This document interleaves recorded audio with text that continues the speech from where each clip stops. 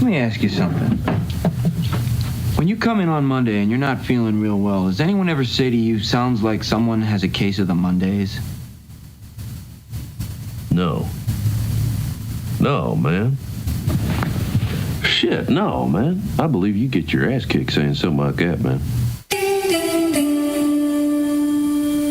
Good morning.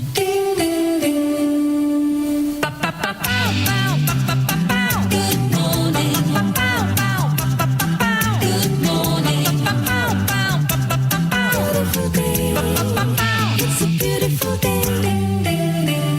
Wake up!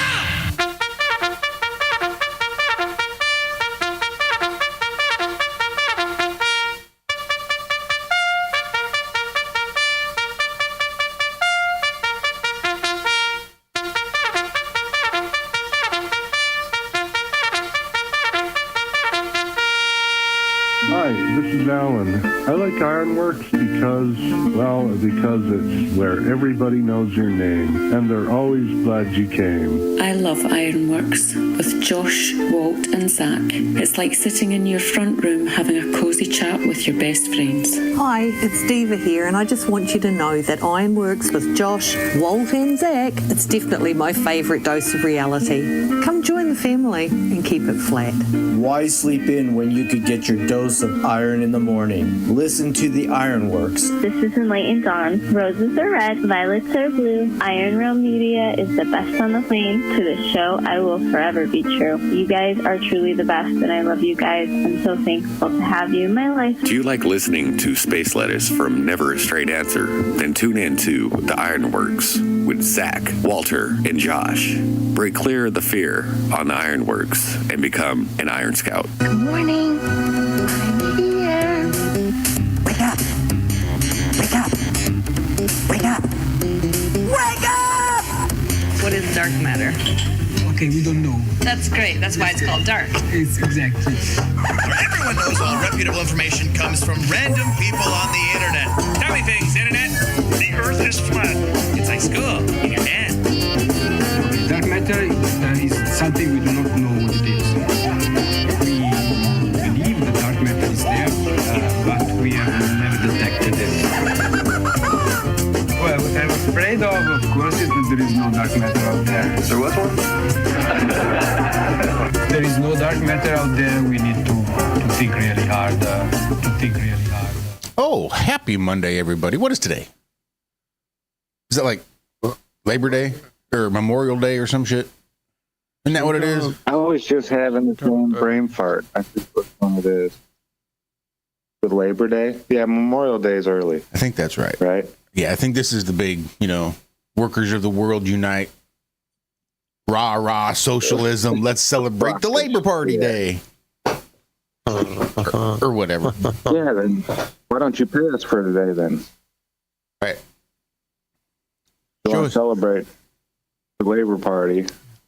Oh, this is the first Labor Day I've ever had off. Really? We always work Labor Day. Well, welcome, comrade. Extra pay. We're glad to have you. The guys that's sitting up in the office, all those people got to go. Didn't have to come in that Monday. But the people out in the warehouse or in the production floor, no. Those machines had to stay running. It's a lot of money every time you shut one of those machines down.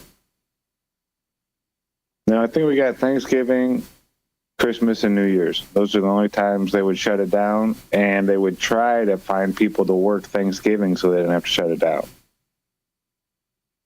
Yeah. No, this is the first Labor Day I've ever had off.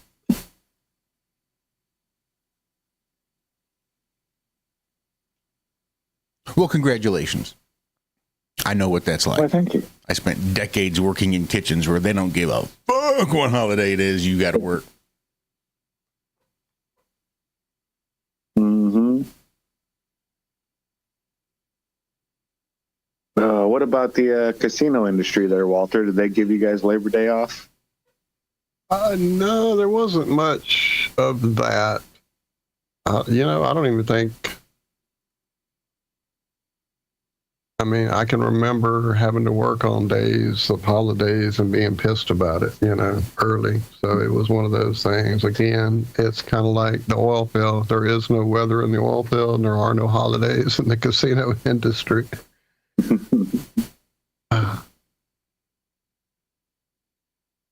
Every day's a holiday. Right? Right. Every paycheck's a millionaire. I can't remember what it is. It's too early. My early days of working in the oil field, though, were definitely no holidays. In fact, you were usually the one getting called in so somebody higher up could go on holiday. And later on, when I started, in radio and customer service and things that were more indoor oriented, then I did get some holidays off.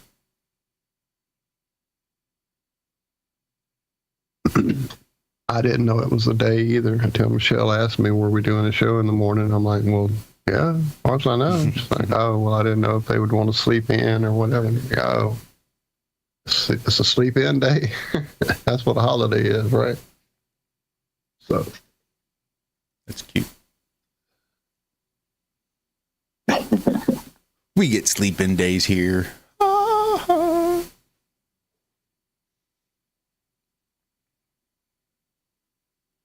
I do appreciate everybody else joining us and not sleeping in on this holiday. I have no friggin' clue. I think we talked about this last week, and I said, ooh, it's a cool 65 degrees out there. And it was like 55 degrees out there, really. Oh, it's quite a bit colder than I thought it was. I think it said 61 around here. Yeah. Around here. You bragging down on nothing, trying to hearing about it. It's already 80. Let's see, what is it? No, I'm sorry. My mistake. It's only 75. It'll be up to 89 a bit later this afternoon. With rain possible this morning. Later in your week, you'll have a low humidity point, so get out there and get that yard work done early in the day.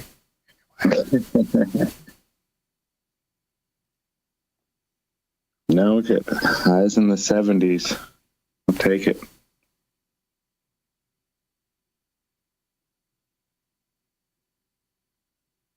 Yeah, I'm not seeing anything that 87. That kind of resembles 90. They're saying that's for next Saturday, but I don't believe they know what's going to happen in an hour, let alone next Saturday. No, it's been nice though. I cannot complain.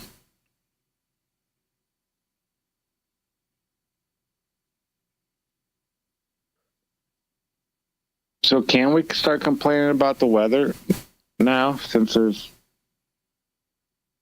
I don't see why not even hiding the fact that they've been trying to control it for so long? So we should be able to, because I always remember in the past, people would be complaining about the rain or this and that, and the guy would be like, yeah, who are you complaining to? It's the weather. There's not really anyone to blame it on, right? But now, they're all out there trying to change the weather. I forget how many countries now have patents and stuff like that for weather modification.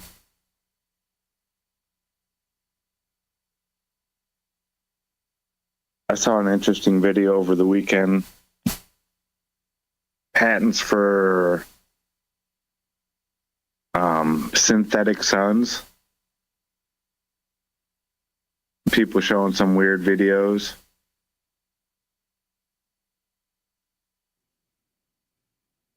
Saying, is that the sun that we're seeing? This and that? I don't know.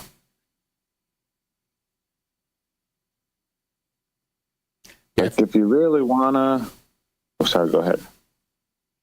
I was going to say there's many a slip twixt a cup and a lip, as it's been said. I think there's a big difference between having a patent on something, having a proof of concept of something, and then having an actual working model up in the sky of something. Say like an artificial sun. But they do have some really interesting patents. And these aren't like the ones, because I've seen a bunch of them, you know, over the last couple decades. You can go back and I'm sure there was ones even before that. And they'll say, you know, it'll even say in the patent wording, synthetic sun, blah, blah, blah. But it's not to, it's just to produce a heat source. It's not like a synthetic sun up in the sky for people to see to heat the ground and earth.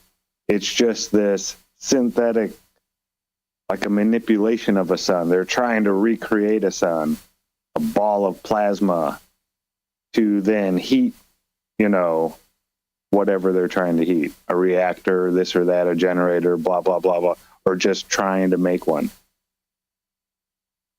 But it's not like outside in the air above our heads. It's in a box underground somewhere. There's quite a few of those too. Yeah, you gotta do your research. You can't just go read it's like the scientific articles, right? You can't just read the headline. Because when you go in, you start seeing, all these words that aren't quite so absolute, you know? Yeah. Yeah. Yeah, they're passing laws here in Louisiana to keep people from altering the, wait, let me make sure, was it atmospheric alteration with adulterants? With what? Adulterants. No adultering. So you can have, as long as you're doing it unadulterated. Right. So what about cloudbusters? I mean, what about them? Wouldn't that count? I guess. Isn't that just like the exact opposite of what they're doing with the chemtrails? Aren't you still just manipulating weather, but rather than taking and putting things into the sky to create clouds, you're taking things on the ground and trying to dissipate other clouds or all clouds in the sky? Sure, you get the chemtrails, but it looks like you get a pretty fucking clear sky from what I've seen, whether you believe the videos or not. There it is, nice clear sky. Great. Now you've just manipulated the weather in the exact opposite direction that the chemtrails would have. I don't think anyone, in my opinion, should be playing with the weather. That's just, you know, with great power comes great responsibility. And rice. But yeah, that's one thing I know it's an old Spider-Man saying Uncle Ben told Peter and all that whatnot, but yeah, it's very true in my opinion. It's kind of like, to me, it's like having a gun, you know? You have this great power, but there is great responsibility that comes with it. So apparently I was incorrect. Apparently since August 1st, weather modification is 100% banned. Techniques like solar geoengineering, cloud seeding, anything that affects temperature, weather, or sunlight. No releasing of adulterants, chemicals, or other substances into the atmosphere. $200,000 fine for violating that. Now,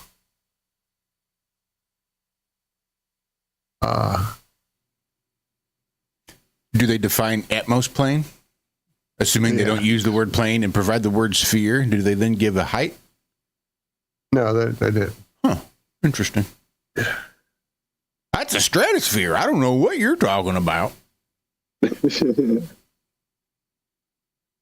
Now, there are, while not weather related, while not related to weather manipulation, there are ongoing atmospheric and environmental researches in our region, such as the Mississippi River Delta Research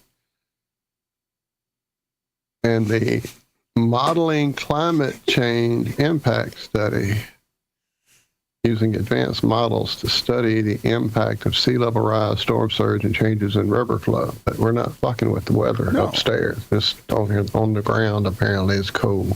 I just wanted to see what the effects of HARP might be if I were to turn HARP on and what it might do to the atmosphere. So I'm just spraying this stuff up here so I can get a good visualization of what my unadulterated weather modification looks like.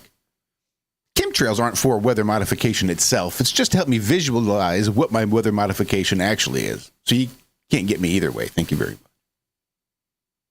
Because I believe HARP would be considered unadulterated. Well, according to weathermod.org, oh, really? Below is a map, except it's not. Below is a map, except it's not. Wow, interesting. Not a map or just not below? So, no, it's not here at all. Apparently there were, at some point, hang on.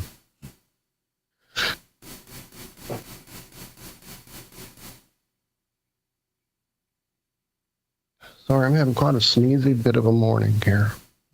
Yeah.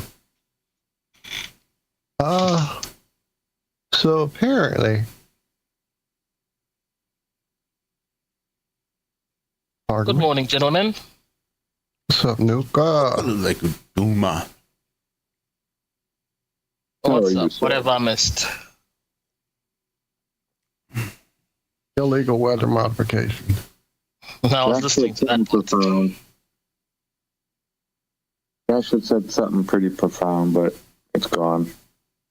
It'll come back to me when it needs to. How are you, sir? I am doing great. It's a little flu-y, but changing of season, but I'm doing okay. How are you guys? Not too shabby. Doing all right. I've got something for you guys. What you got? So, we have the national lottery scandal currently running in my country. Basically, these guys that have been running the lotto. So in my country, you get to sort of get a license to run the lotto from the government, and then you can run a lotto for a certain amount of years, and then somebody else takes over and so on. So these guys that have been running the lottery for the last 5-6 years, they've been stealing the money for themselves, because in our country, you don't pay tax on lottery winnings, and you get to also remain anonymous. So they've been just coining it. Every time there's a big jackpot, somebody wins, and they just say, oh, somebody from somewhere using this bank accounts, because they get to remain anonymous, and they've been taking the money. So now there's all this independent commission going on, and technically, the other banks should be suing along with all of its clients, because they used two banks, an FNB bank and one called Absa Bank. All the other banks in the country have not won a big jackpot from there because they made it so. So knowing that, technically, all of these banks should come together and actually sue for all the money that we as the customers have been paying to the lotto because it was rigged the entire time. Yes, there's a service fee, which is basically why they're not actually doing it. There's a service fee that they get from playing on your app and their banking app, but it's minuscule compared to the actual amount of money that people have used, poor people, mind you, have used to try their luck at the lottery when the whole thing was rigged and all they did was enrich themselves. So that's currently going on in my country. So the whole thing is just being a major farce. I mean, people suspected this a long while ago. In 2020, I stopped playing the lottery because the winning numbers were 6, 7, 8, 9. Actually, this was 5, 6, 7, 8, 9, and the bonus number was 10. And 9 people. Yeah, and 9 people won that jackpot, each coining something numbers? Like. So it's this is the Powerball. It's 5 numbers and then one extra. No. How big is the pool of numbers to choose from? 1 to. I'll check now. It's like 1 to 47. So and astronomical. And the bonus is 1 to 20. It's not like you're picking from 1 through 10 and you get 5, 6, 7, 8, 9, 10. Well, no, you're picking 1 through 40 and you end up getting 5, 6, 7, 8, 9, 10. No way. It's more than that. Listen to this. This is, like I said, this is the reason I stopped playing, right? So these numbers come out and you think, shit, okay. 9 people won the main jackpot. So they all pocketed 5 million rands. I don't know how much that is in dollars. And then 99 people played 5, 6, 7, 8, 9, and they picked a different number as their Powerball instead of 10. Who would play 5, 6, 7, 8, 9, and then for your bonus point you don't put 10, you put some other number? 99 people did that, and they also got some of the money. This happened in 2020 in December, where people now are getting their 13 check. I just thought they used it as like their bonus for the end of the year, basically. Then there was an investigation that happened because of that, and we never heard the results. And now, 4.5 years later, here are the results, and all of these guys, every time there was a big jackpot, they've just been taking the money. Obviously, they've seized their assets and froze their bank accounts while the investigation is ongoing. But what about the millions of rands that poor people have contributed towards the pool that had no chance at all of winning?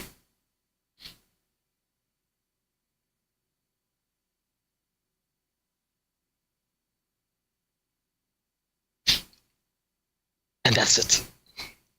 Yeah, that's pretty nuts. Pretty nuts. Well, they run the state-approved money drain here as well, and some kind of something happened. I don't remember recently with it.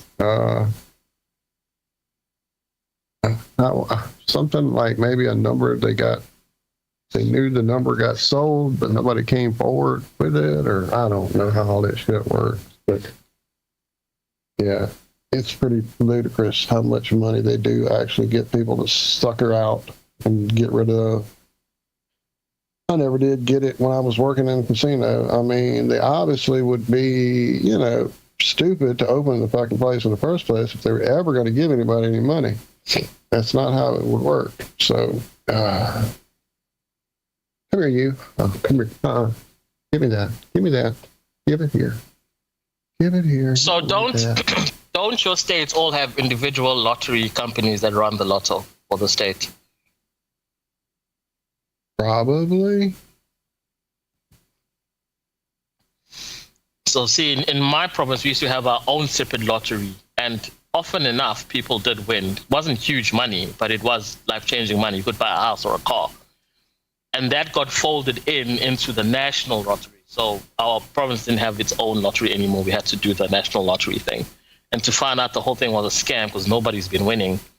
Well, we thought some people were winning, but obviously that was also a scam. So yeah, people are pissed off. But the banks aren't playing ball, which means to me, it just says that they're complicit in the whole thing. Because you would think they would sue.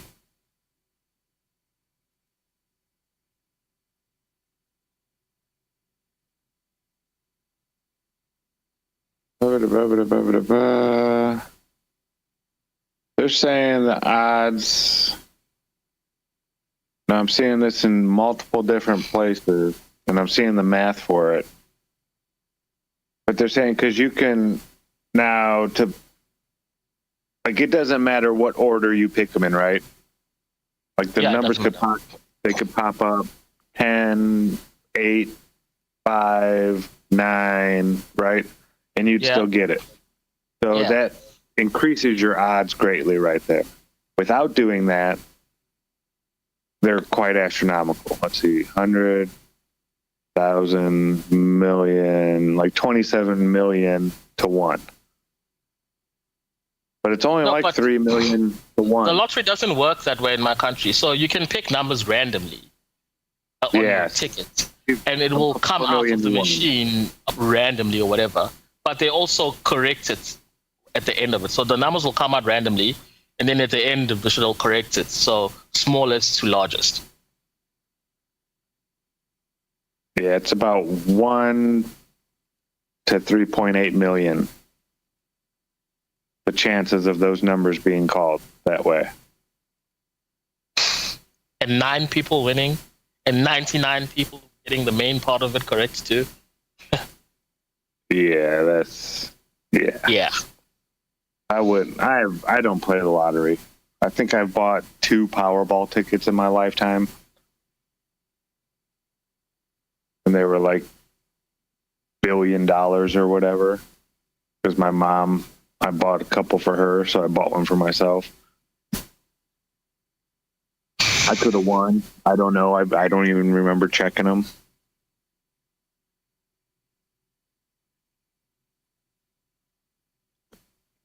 Yeah, no.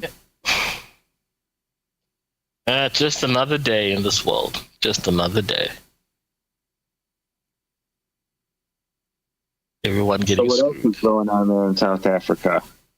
Anything? No, they're still kicking out the foreigners.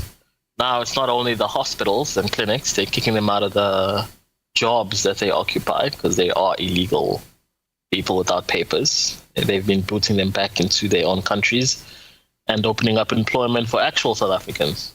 So that's still going on. Yeah, that's going on here too.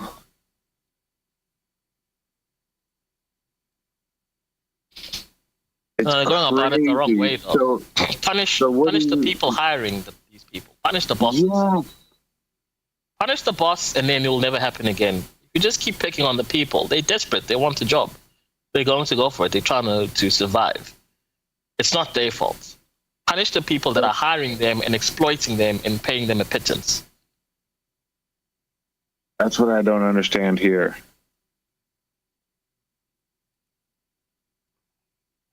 And there's certain, now we do have seasonal workers. So we have people who will come here and work seasonally and then go back home to Mexico every year. Been doing it their whole lives. Been doing it for hundreds of years, right? Mm-hmm. There's lots of farmers that do need help, and they do work for cheaper. I get that. But when you're doing things like building homes, construction, and things like that, well, there's certain codes and guidelines and restrictions, and,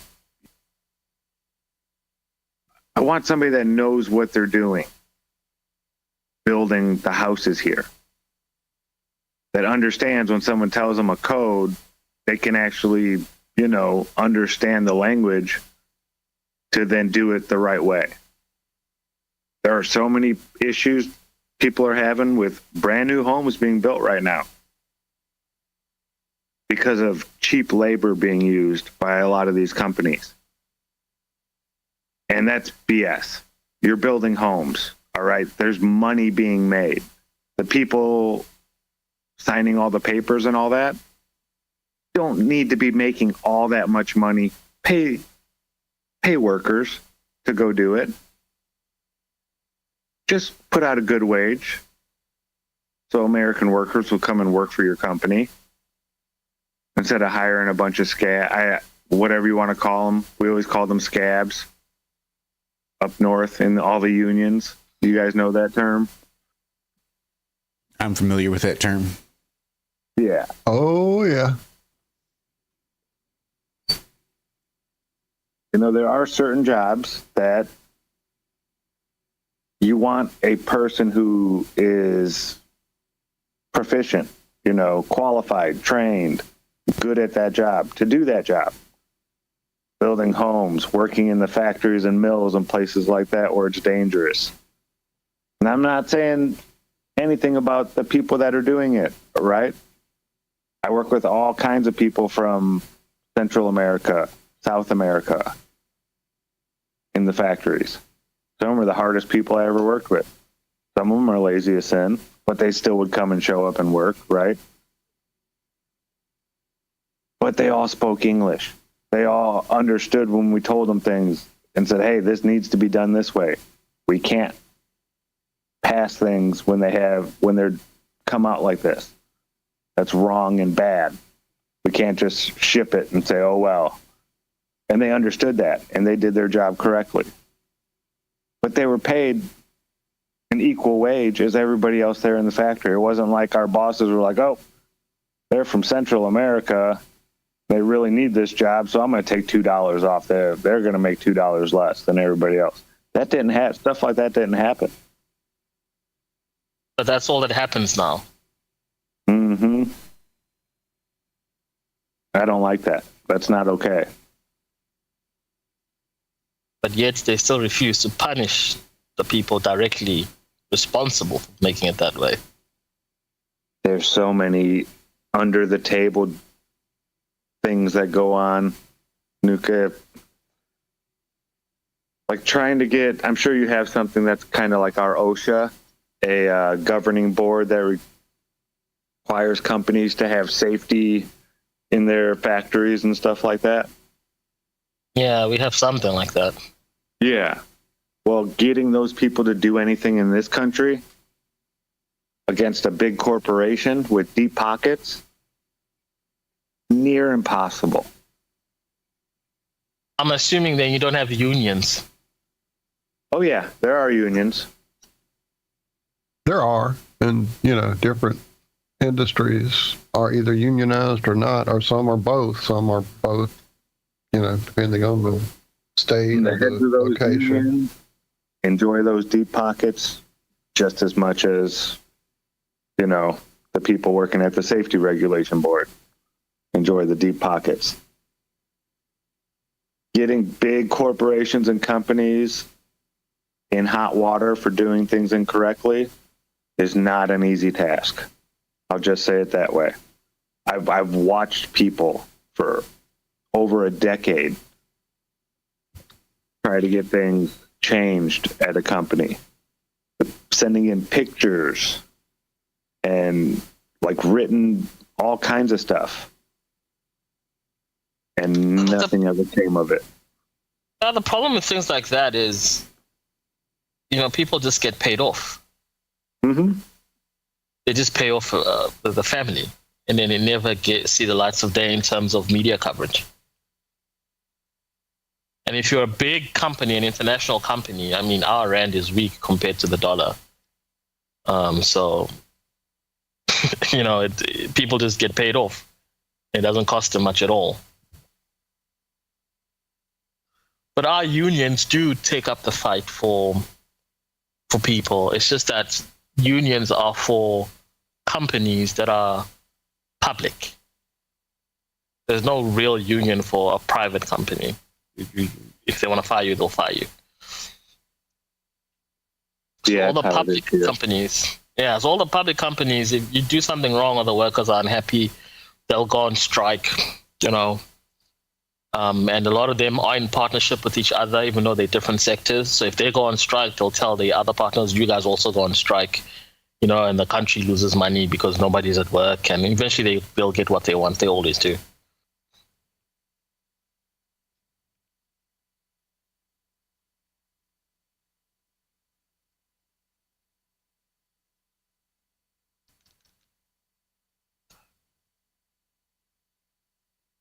It's Joshua. Joshua, you're very quiet today. Yes. Yes, I am. You've been drinking. So there are. Oh, sorry. Oh, no. The tap water dulled you a little bit. Nope, I'm still on the distilled.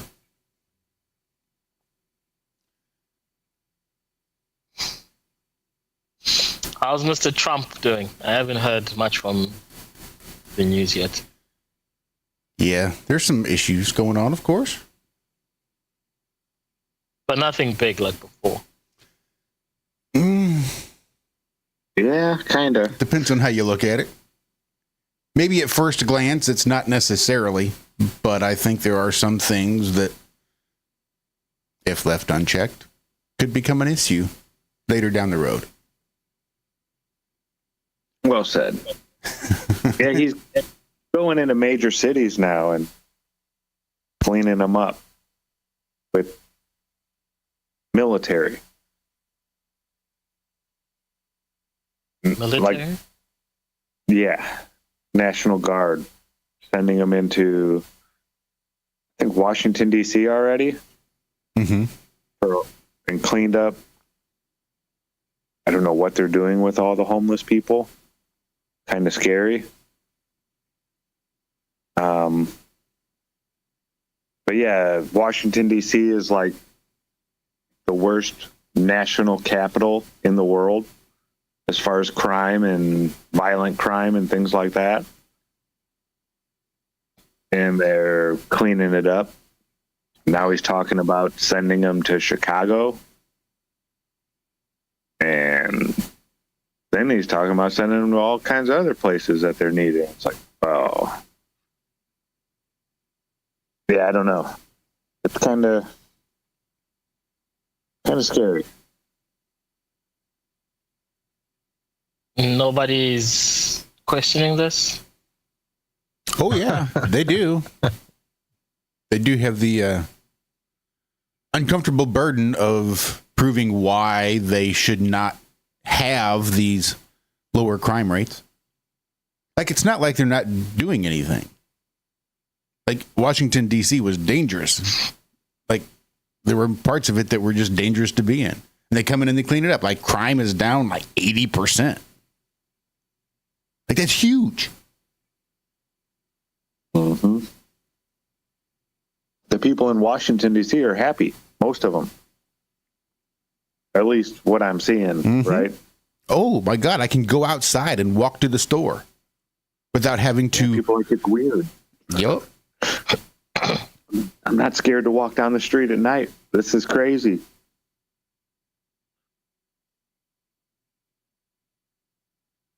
I've seen stuff about them sending them off to Chicago, clean up Chicago. Sending them here to St. Louis to clean up St. Louis. This is what happens when you have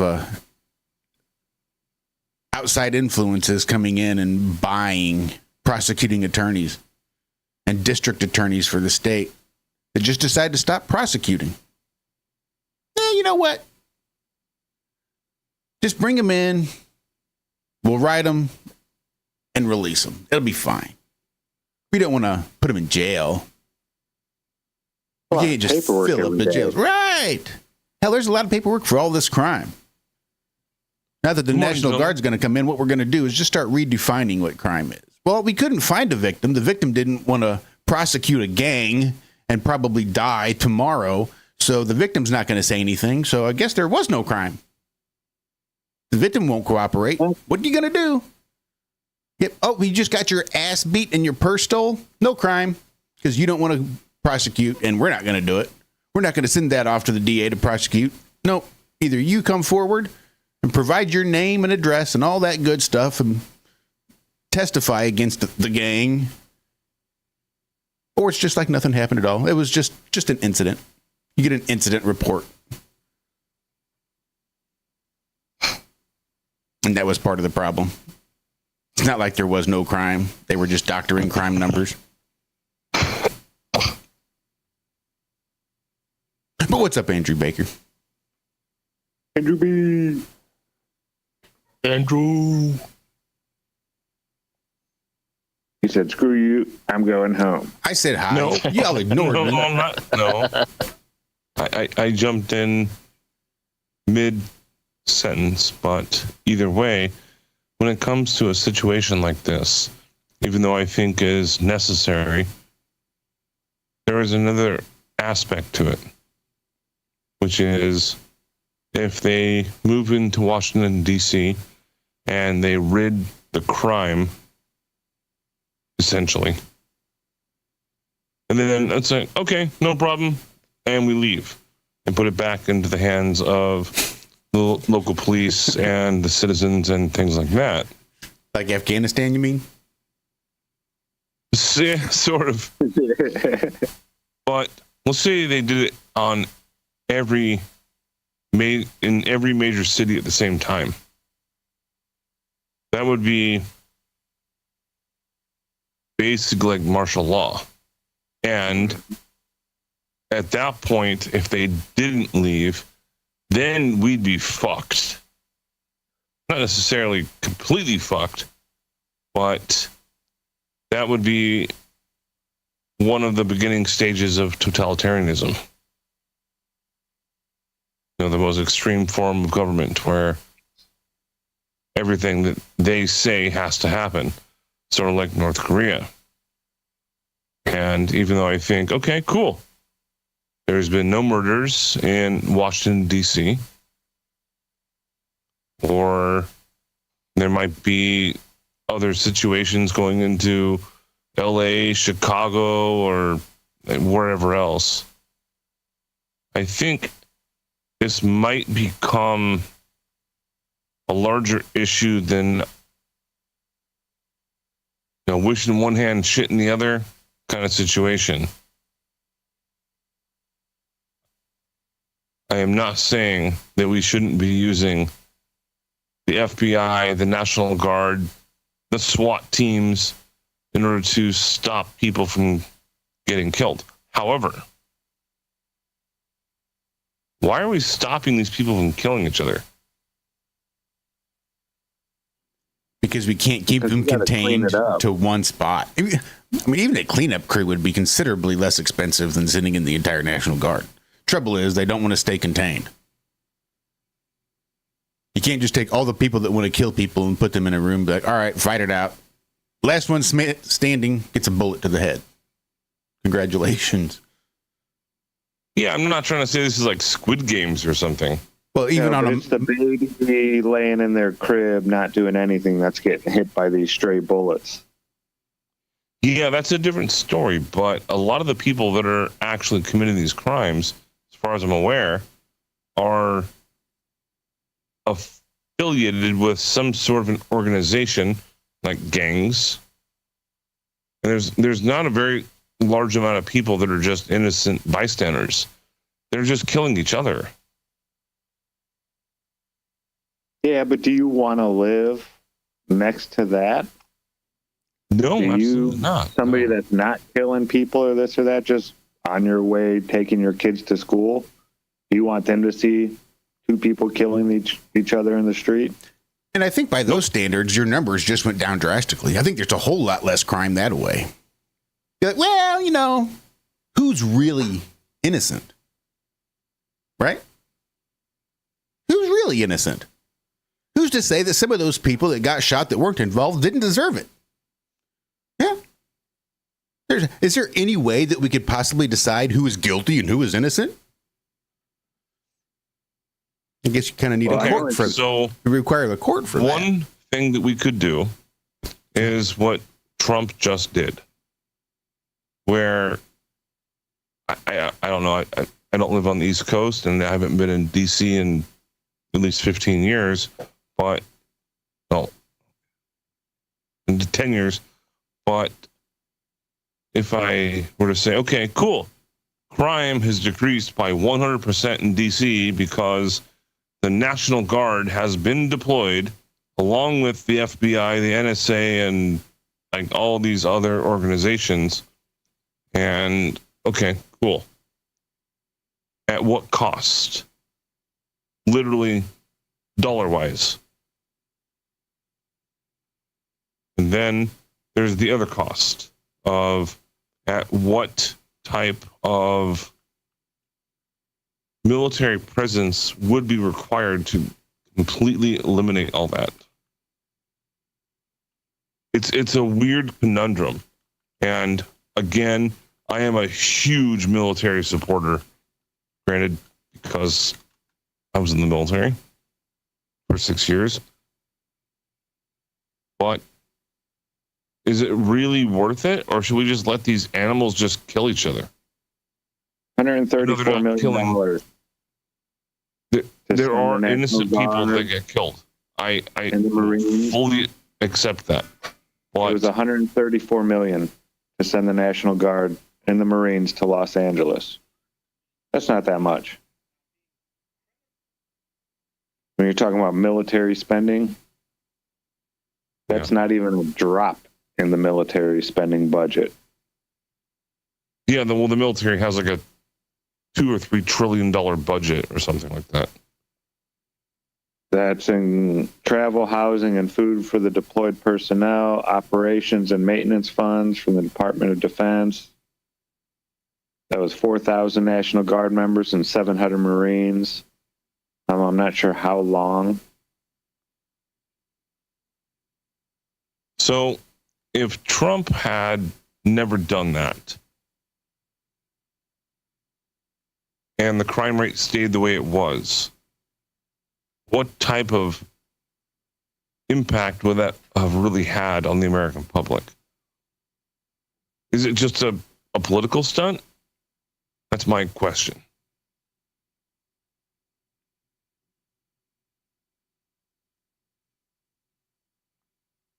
Ask that one more time. If Trump had never done that, and the crime rate were going to continue as it was before that, well, he did it, and now the crime rate has dropped by a whole bunch. Was it really a benefit to the American public, or was it a pure political stunt? No. Ain't nothing pure going on in D.C., I'll tell you that much. I don't think this is so much a political stunt, like red versus blue type stuff, as this is a control the masses stunt, right? This isn't for the other side, for the Democrats. This is for us. This is like the show. This is the presidential election. This is them putting on the show for us. I mean, in all reality, there's enough crime in any of the major cities in this country to do this at any point in time you want. Pick a day next year. You want to deploy the National Guard that day and say crime's real bad at that time? Okay, we could do it then. For the month ahead of this date, we're going to really start focusing on the crime. Right? The crime's always there. We just ignore it when we want to. And now we're going to focus on it and get everybody all riled up, and then we'll bring in. But the crime's always going to be there.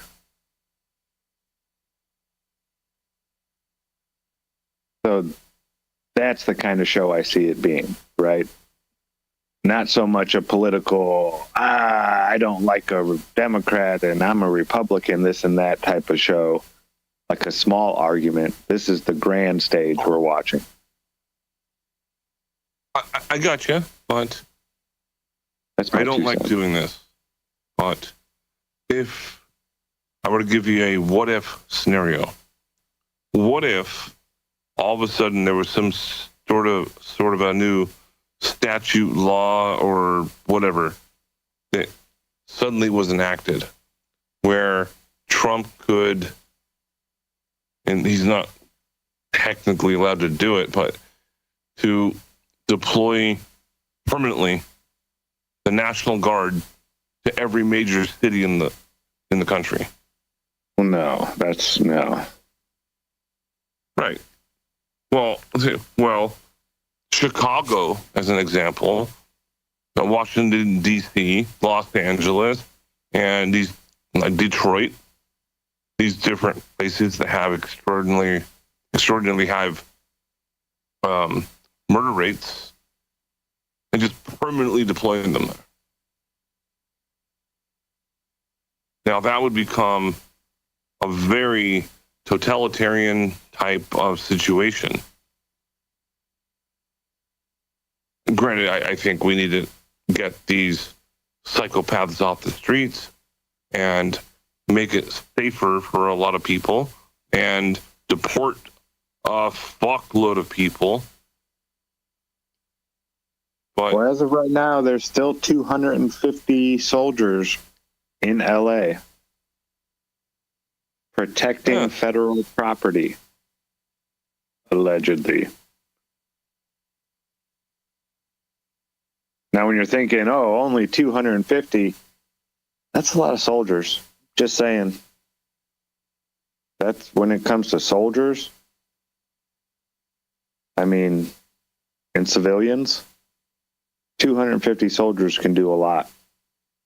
yeah, it doesn't sound like a lot, but when you break them up into groups, they can get a lot done. They all done. have assault rifles and body armor and are vehicles. all connected by one main brain, telling them all what to do and where to be and this and that. Yeah, 250 people can do a lot. Oh, yeah. So, Andrew, you were in the military, yeah? Yes, sir. And when you sort of get deployed somewhere, do they explain to you what you guys are going to be doing? Back in detail, they just tell you, you guys are guarding this or you're doing that, get on with it. It's very vague, but yeah, they do tell us. Right, but like in a vague way, you don't actually know why you're doing it. You're just being told this is what you're doing. Yeah, I mean, it was 20 fucking years ago, but yeah, they did tell us. Oh, by the way, Petty Officer Baker, you're deploying to Iraq again. And I don't know if people saw it, but yesterday I spilled the beans. I'm going to do it again, telling a lot of the stuff in my military history that was on our tinfoil sombrero. Yeah, I talked about things that I had to sign FBI non-disclosure agreements about, but those expired, so I can talk about it all I want. But for the most part, military members are not going to be told, oh, by the way, you're going to Iraq because you're going to be doing X, Y, and Z. It's like you're going to Iraq because of Project X. And then everything else comes afterward. Right. And did you find that many soldiers were happy with the explanation? I think people accepted it. It wasn't one of those things we could control. So it was just like, it is what it is kind of situation.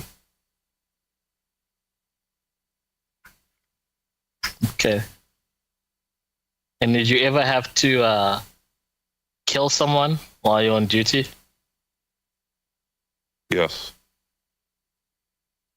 And what's the support afterwards?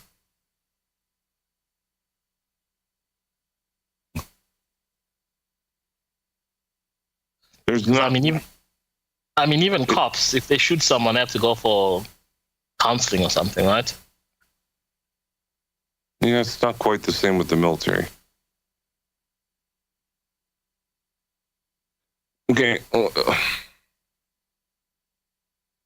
As I explained yesterday, I'm sorry, 2 days ago, one of the main questions that police officers and people in the military get asked is, have you ever killed someone?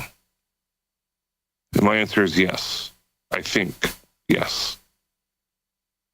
I don't have a single confirmed kill. So technically, no, but I'm a really good shot.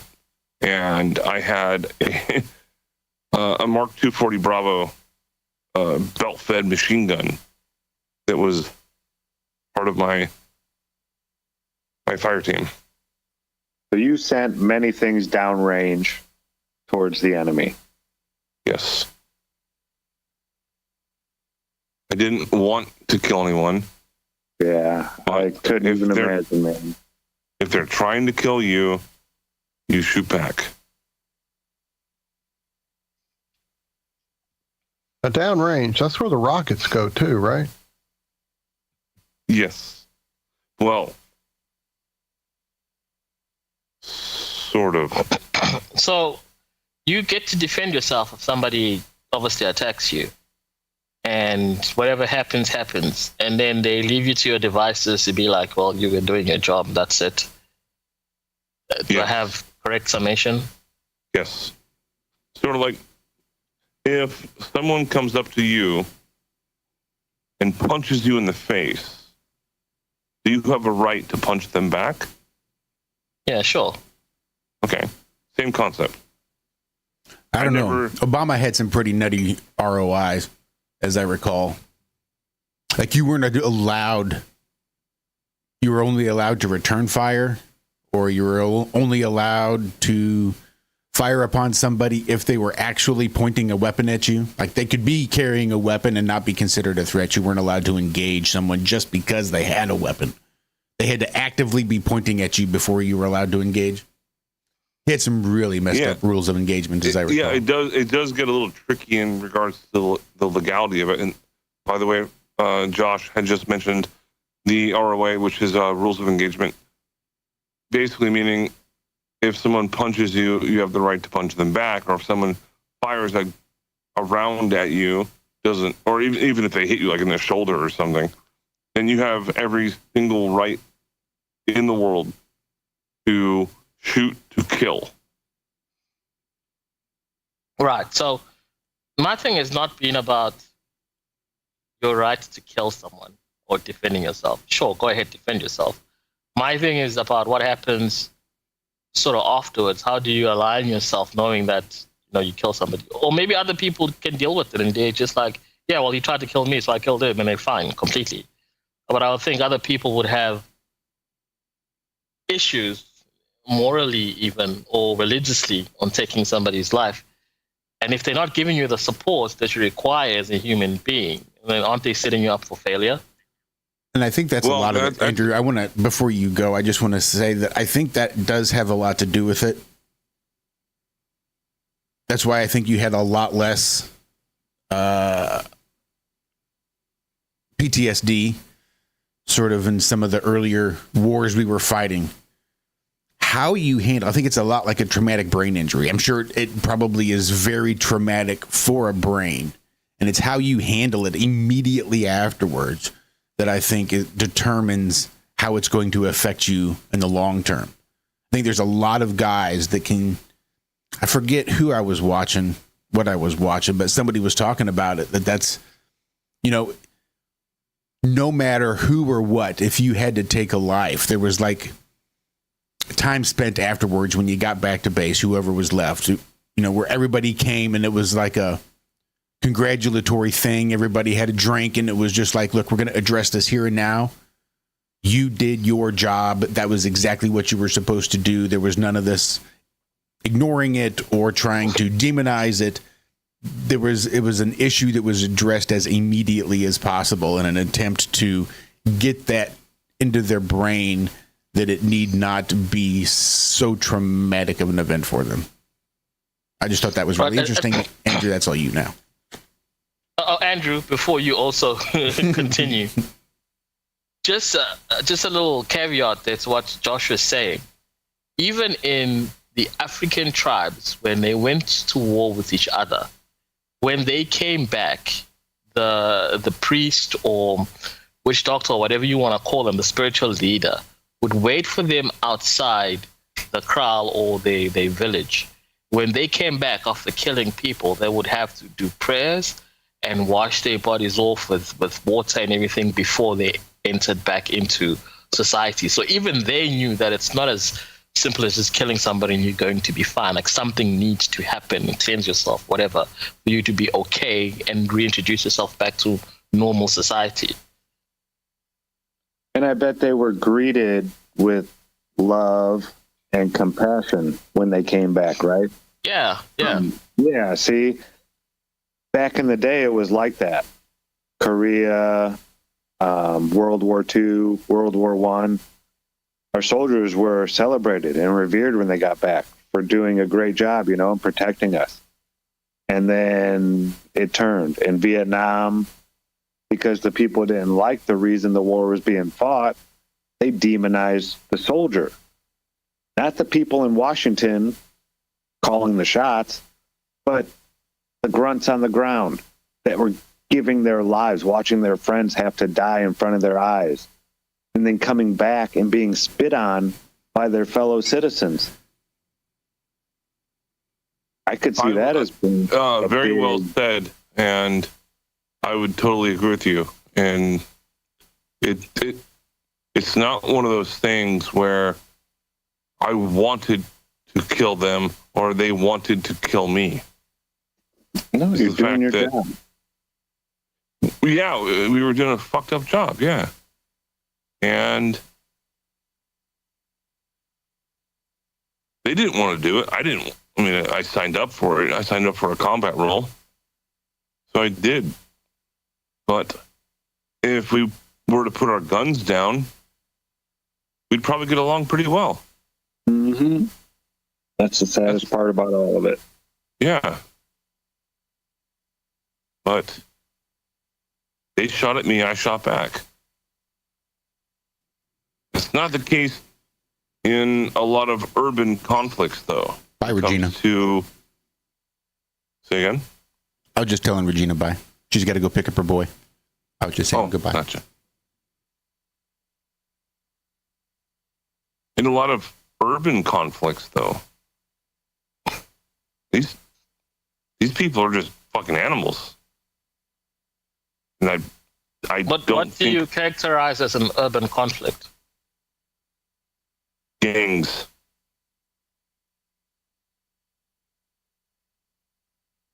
And what's the driving force behind most gangs?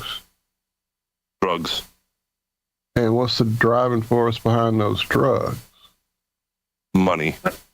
Thank you. Money. Acquisition of fiat bullshit paper. Exactly. It's all, and that's kind of back to the whole Vietnam changed the way soldiers were looked at. I think that was all part of their plan. And okay, so we've got these generations of soldiers who were differently trained, and not just differently trained.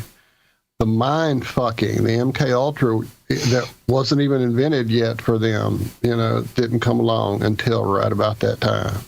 And so now we got this old crew of soldier warriors who wouldn't just sit around and let the country fall to shit and the fucking streets run rampant with bullshit and the government be corrupt without addressing it like the Constitution says we're supposed to. We got to get rid of those people. If we let those people come back to America and be normal and integrated into society, then when we start launching all our fucking agenda plans, they're going to stand up and kick our fucking asses. So we've got to do everything we can to make them the bad guys, demonize them, and not just that, not just turn those guys into the enemy when they come home, but turn the people that are here into a bunch of fucking peace, love, happy, hippie pussy fucks who are going to just sit around and let us fuck them left and right without standing up and doing anything. We have to eliminate warriors in every respect. So Walt, what would you say? It's on the tip of my tongue. Shit. I'm having a brain fart here. Give me a sec. That's all good. Is that what I do it all day long?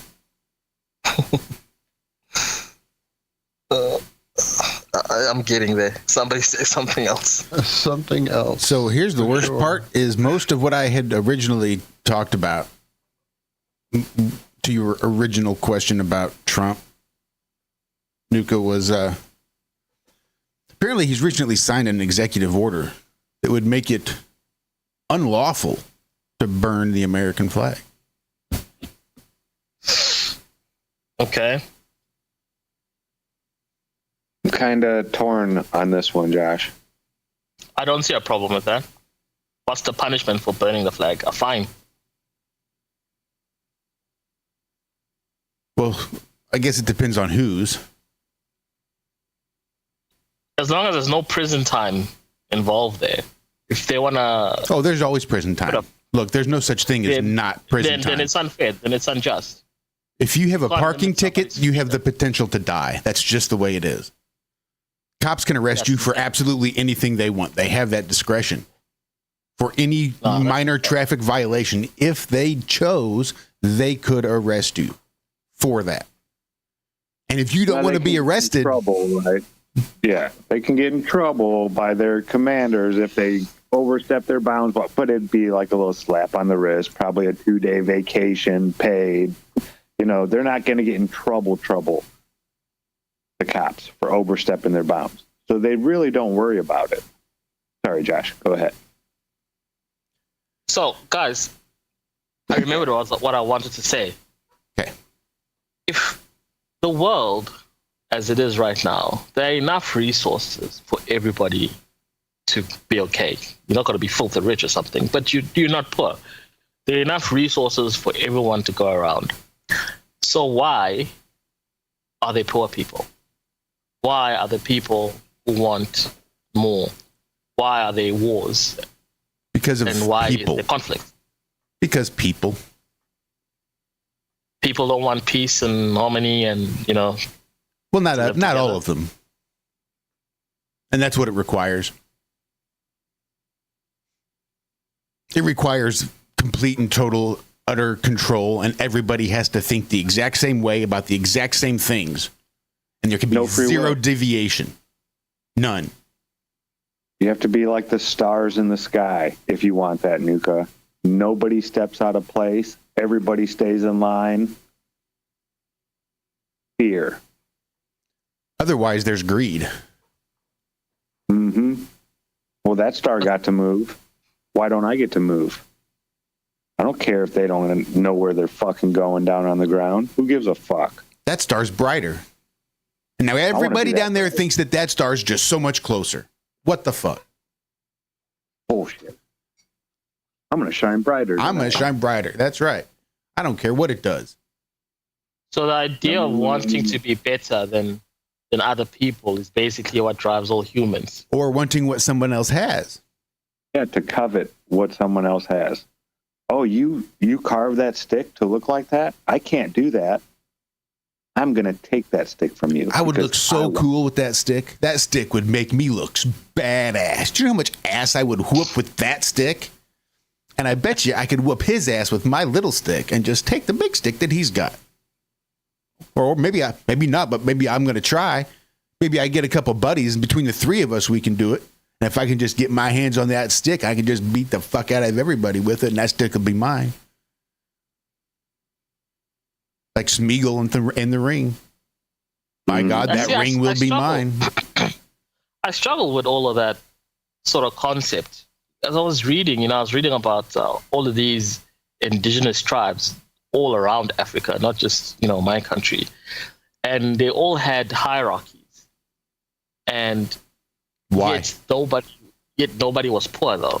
Why was there hierarchies? Well, because people want to be better than the others, but... Because at the end of the day, somebody was going to be in charge. Someone was going to be the head motherfucker with the biggest stick that gets to tell everybody else what the fuck to do. But nobody was poor. Nobody was suffering. If you were part of that tribe, you had a role to play in that tribe. And you had your own little sort of hierarchy that you could ascend to be the best at whatever that was. It could have been looking after the fucking goats. But the tribe needs the fucking goats. So the question... Be the best flipping goat herder ever. The question is, did that mean that every single person that was ever born to that tribe always had a place? Or does that mean they just did a good job of getting the lazy fucks out that didn't want to do anything? In terms of getting out the lazy fucks, then I don't know. It seems like everybody had a role to play. But because everybody there was playing a role, but that doesn't mean... But I get the feeling that doesn't mean that everybody there was falling in line exactly 100%. Like what happens if somebody says, well, I want to challenge the chief. I want to be fucking chief. Well, there's a path to challenge the chief. I think your point would be better suited in saying, what happens if you give birth to a child that's handicapped? For example. Now we're going to throw a monkey wrench into this society we're speaking of, right? Yeah. Now we're going to introduce a machine that does somebody's job for them. And all they have to do is sit on their butt and watch the machine. All right? Right. Uh-huh. Now, who gets to do that job? Everybody else is off working hard and doing this and plowing fields and doing this and shoveling Probably, shit and- probably one of the one chief's person- sons or the chief's daughter or something. Somebody important or comes from an important family would probably get to do that. Now arguments start about that. Now there's another machine to do another, and now more arguments start about that. And now all of a sudden you have people fighting over who's doing what and why do some people get to sit around and do nothing and other people have to work, and now we're getting closer and closer to what we have. In that era, might was right. So if you were a big motherfucker, you were strong, you were a skilled warrior, you were more often than not going to get your way. Well, when you say right, like, are you saying that that's as long as you're big enough to do things, then other people should do the things that you're doing? No. That's not what I'm saying. I'm just so there's saying, not like a moral. This is right. This is the right thing to do. If your might doesn't necessarily make right. Like, just because you have the power to do something doesn't mean that what you did was morally correct. Yes. Might makes. I was going to say, period. Might. The next thing we're going to do is give everybody in the group a Colt pistol. So there is no more might now. Nobody's bigger than anybody else. Everybody's equal now. Now what do you do? Except the guy who has more ammo. Or the guy that can reload the fastest. Or the guy that's the better aim. Or if you're lucky, you can be the guy that's the better aim, the fastest reloader, the fastest draw, and you have the most ammo. Now everybody's subject to you. If you have the power to kill anybody at your will and don't really fear anybody else because you've got the skills to outgun them, then you get what you want. Guess who's chief now? I have a feeling whoever sells bulletproof vests and has the most ammo in this tribe will be the richest person. And that's what we have here today. Or what if there is somebody in the village that just says, I want what you have. Or says, no. I don't feel very good today. You go harvest. I don't want to do it today. I need a mental day. Yeah. Then your family doesn't eat. But we're talking about the village. Well, I mean, somebody will provide, right? It's a village. They're going to let the whole family starve? They probably would let you starve. Not the whole family, but they would let you starve.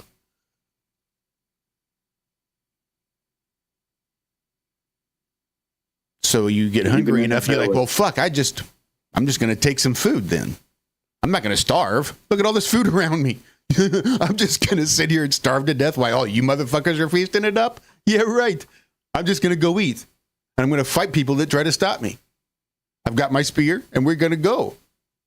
And then try. You're gonna die. There you go. Are we talking about a tribe or are we talking about Oakland? And now we're back to a tribe where everybody has a role. See, nobody gets out of play. See, everybody has their job and everybody does their job. There's not a single person in here that's just sitting on their ass not working. Not one. Everybody has their role. Because free will's a bit. Okay. We Free take will care is of the a bit. people that exercise that free will from the group think. You think what we tell you, or you don't exist in this society. It's not that everybody in this society thinks that way. It's just that that society only keeps the ones that do.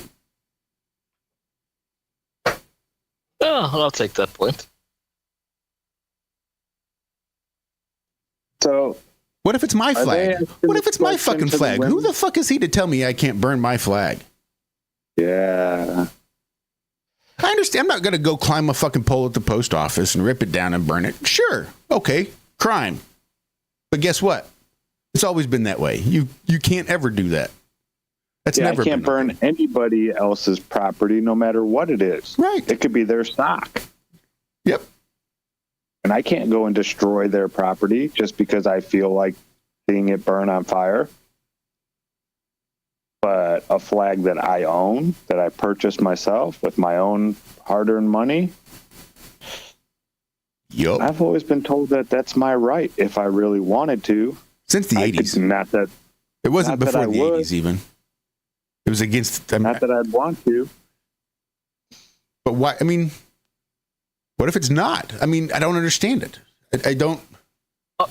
Speaking of this flag thing, so when I see a lot of your sportsmen in America, right, sportsmen and women, if they come from, say, they've had family in Mexico or Haiti or whatever the other American countries, South America, Brazil, whatever, they always identify themselves as Mexican American or American Mexican or whatever, and they put up that flag, even though they were born and raised in America.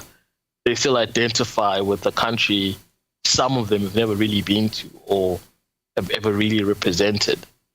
And I would think that for Americans that view themselves as just American, it would be slightly offensive. Oh, yeah. I, too, can see how it would be slightly offensive. Bunch of virtue signaling soy boy. It's one thing to have pride in the people in your family that came before you and where they came from. Like, I totally get that. It's another thing to try to come here and do your ever-loving best to recreate the situations you just ran away from. To glorify the country that your parents left to give you a better life. But I think at the end of the day, it's more about not what I am, but making sure people understand what I'm not. No matter what you think about me, don't ever confuse me with a white American. I'm not one of those. I think that's why there's such a huge uptick in the LGBTQ category. I'm going to be anything but a white man.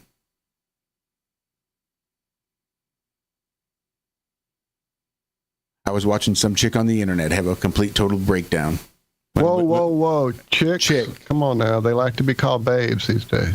Oh, and even then, it was this dude that was trying to be a woman, but I guess was suffering from male pattern baldness and was required to shave his head, maybe for the wig, maybe for whatever it was. But his little daughter says, you're clean. What is it? You don't have any makeup on and your head is shaved. You look like a man. And then it was just this complete mental breakdown because this person that was born a man was identified as a man by his daughter. And he was like going full Rain Man, smacking himself in the face, like having a total meltdown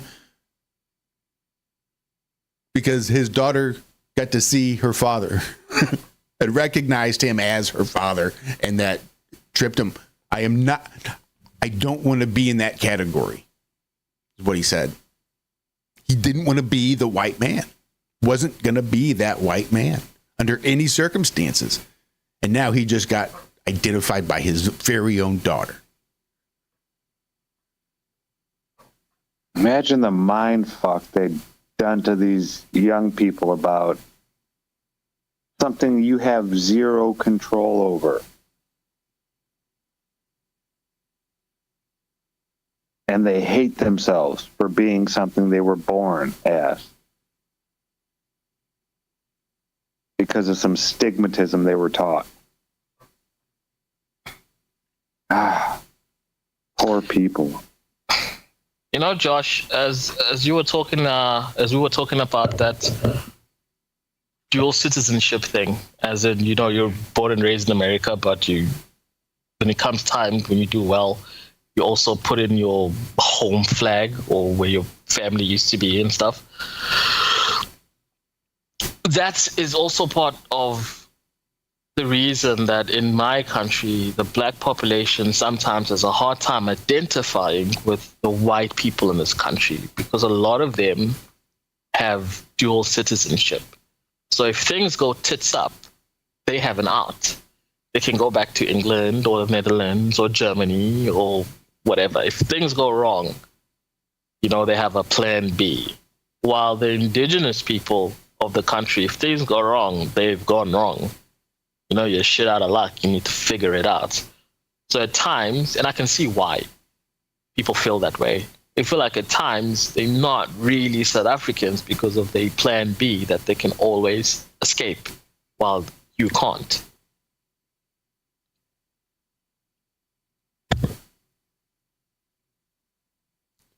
Yeah. I could see that argument. It's also relatively broad. Like, broad in what sense? Well, like if you guys have it so bad, why don't you move somewhere? Why don't you just go? It's that easy for them to just go back home. Is that all it requires of them is a citizenship? And then their country's like, all right, sure. Well, come on back. We'll go ahead and we'll sell your house. We'll take the money. We'll flip it. We'll provide you the air flight. We'll bring you home. We'll find you a place to live and we'll set you up completely fine. Or is it like, we'll accept you if you get here? I mean, as long as you can go back to being a normal citizen. So a lot of people it has to do with their grandparents being from that country. And I'm talking about specifically like the Netherlands and the UK and what was the other country? Germany as well. Because of that lineage, it is relatively easy for them to go back home. Now, when they go back home, quote unquote, it doesn't mean that they're set up. It doesn't mean that they'll have housing and a job and whatever, but they'll be better off, for example, than in a collapsing country. Provided they can South Africa in this case. Come up with the funds to actually get home. Yeah, provided they can. Otherwise, they're just there, right? If they're living paycheck to paycheck, they're not getting home, right? Yeah. Yeah, they're fucked. They're right there with the rest of everybody else, with the rest of the South Africans, as if they're fucked. However fucked you are, they're just as fucked because they're not going anywhere. There's no plan B for them, regardless of their citizenship. There's a certain number that can go to an embassy and request to move back. It's not a lot, but there would be some that would be helped through that. But the majority of them, as you can say, if they can't get back home, then they would be stuck here. But it doesn't change the fact that they have that option while the black population of this country doesn't. They're here. If it goes tits up, it goes tits up. We're on our own. That's true.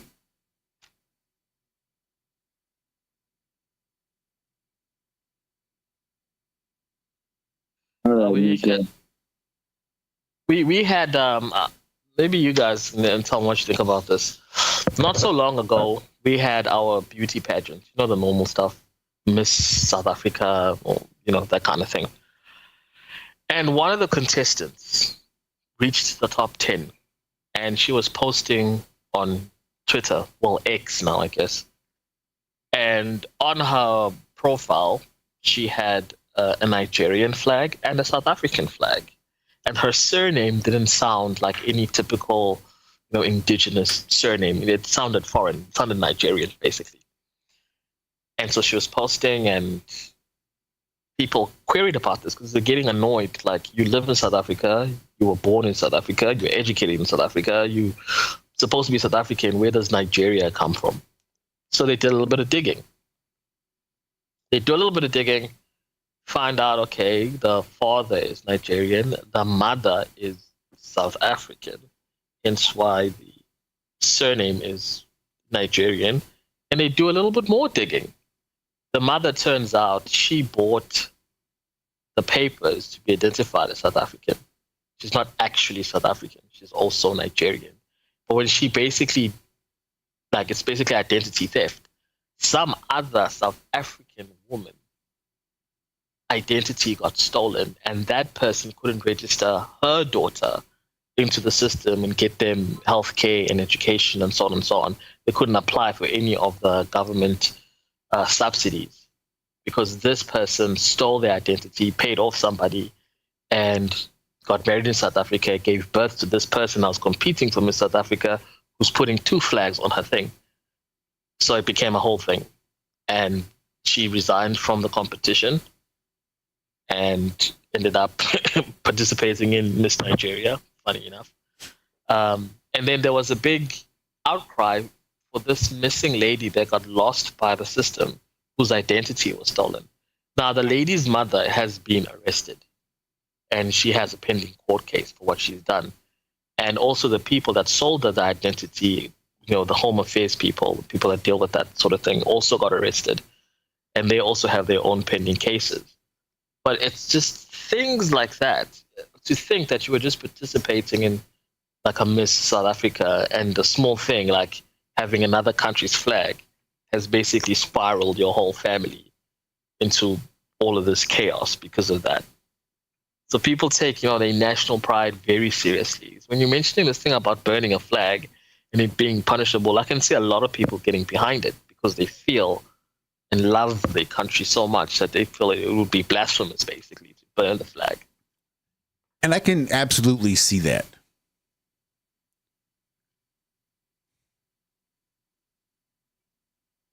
My problem is, well, there's a few issues I have. One, it's my fucking flag.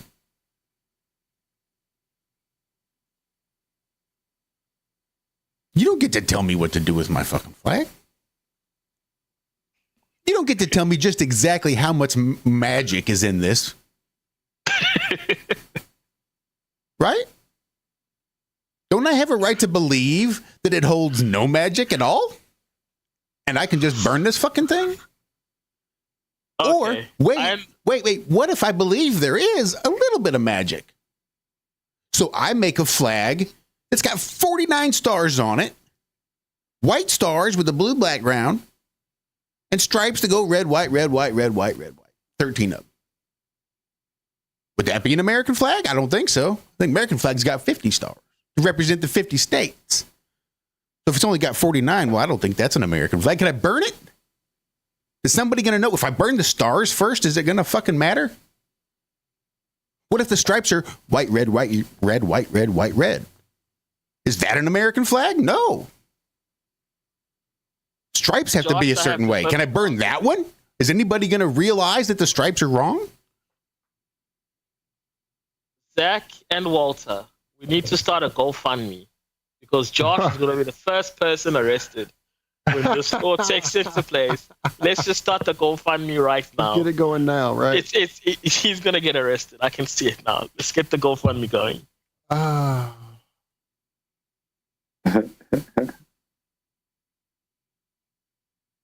don't know. I mean, I can see how people might be offended. But I can see how a lot of these dumb ass people are offended about fucking everything. And maybe it's just something to do with my particular personality. But I'm kind of the guy that says, if you are so easily offended, let's have a go. Let's see how easily offended you are. It's a great chance for me to offend you. The best I can do is give you a chance to toughen up your skin.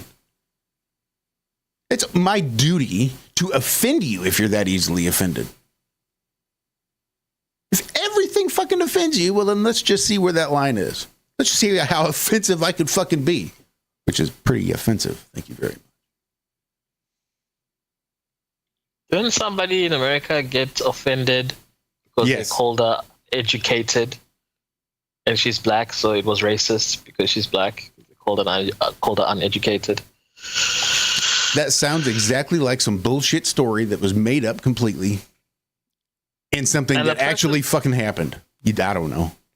And the person apologized instead of saying, no, I'm calling you uneducated because you're a fucking dumbass.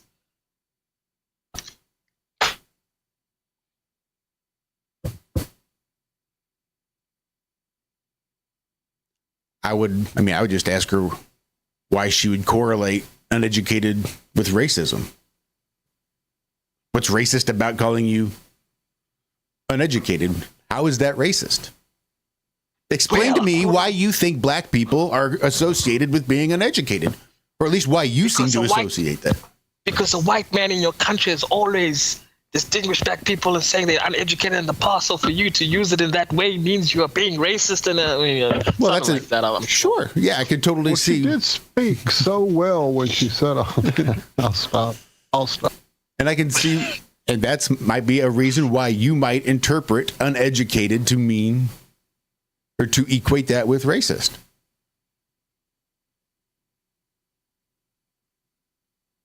That just sounds racist. I mean, do you think when people use the term uneducated, they mean racist, or do you think you're just racist for thinking that? Maybe you're the racist. Have you considered that maybe not everybody around you is the problem, but you, in fact, are the problem?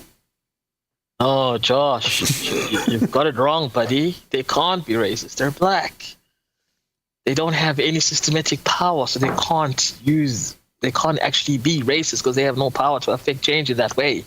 Something like that. I remember an explanation like that when I was in high school. And how would you feel about that? Would you say that the black people in your country don't have any systemic power and therefore can't be racist to white people? Everyone in my country is racist, bro. So do you think systemic power would have anything to do with it? How about what if a black man were the president of the United States of America and decided he would only hire people based on the fact that they too were black? Sounds like a legend. Could that be racism? Says, nope, I'm not going to hire white people, only black people. Would you say, nope, that's not racist? Because as the president of the United States, there is no systemic power, you see. The leader of the free world has no systemic power.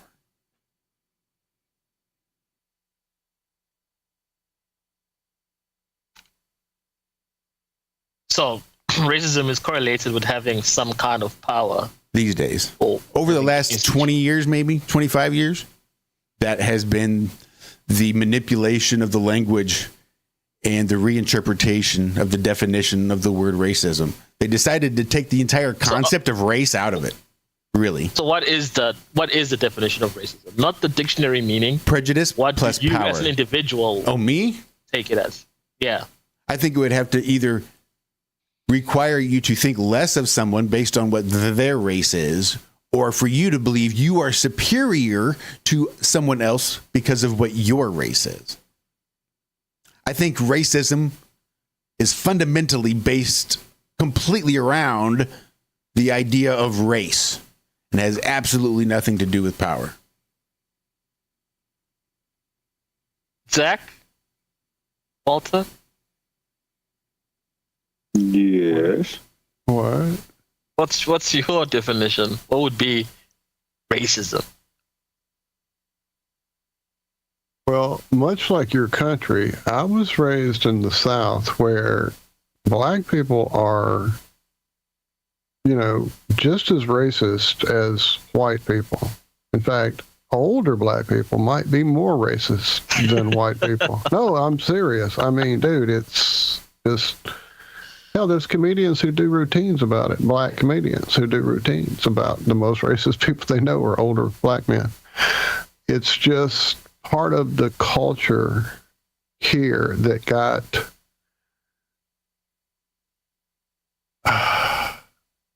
it became part of the manipulation process, back with the whole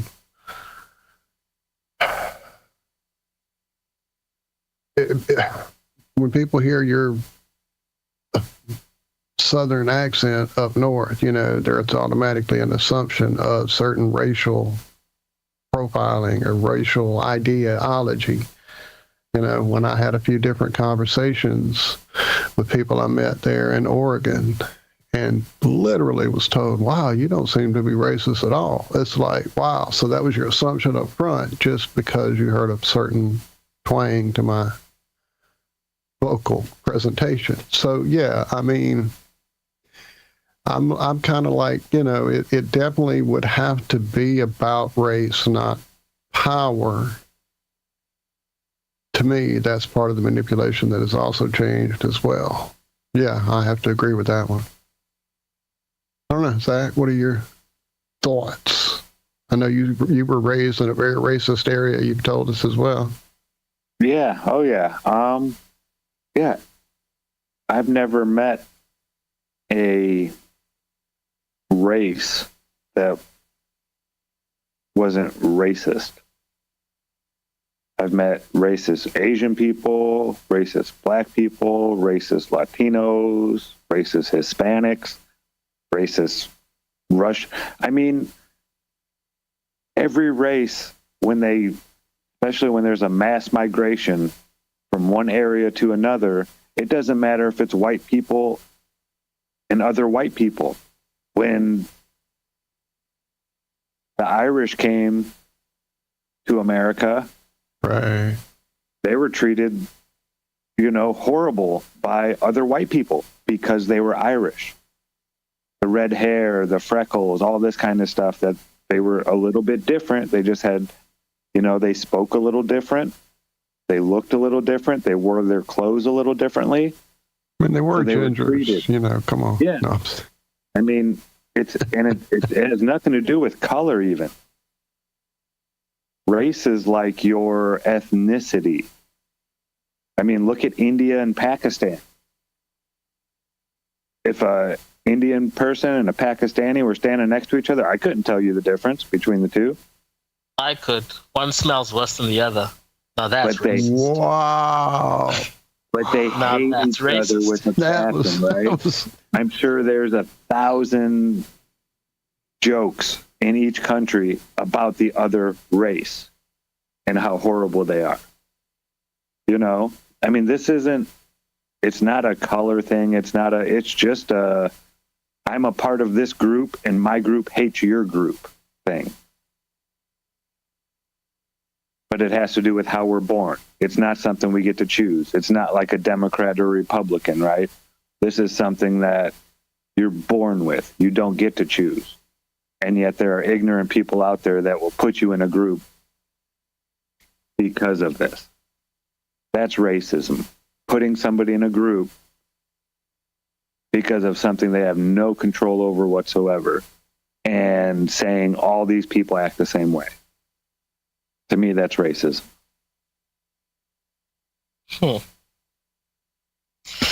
Okay. Interesting stuff. Now, I got one for you. I saw this article this morning, and I've been wanting to bring it up. Are they asking the women in your country? Well, first off, do you have bears in South Africa? Bears? No. Yeah, lions, tigers, bears. Oh my! No, we don't have bears or tigers now. So what's the big thing that you have? The big apex predator. I know what you mean about the woman choosing the bear. They say that too in this country, but we don't have bears. Oh, so a lion.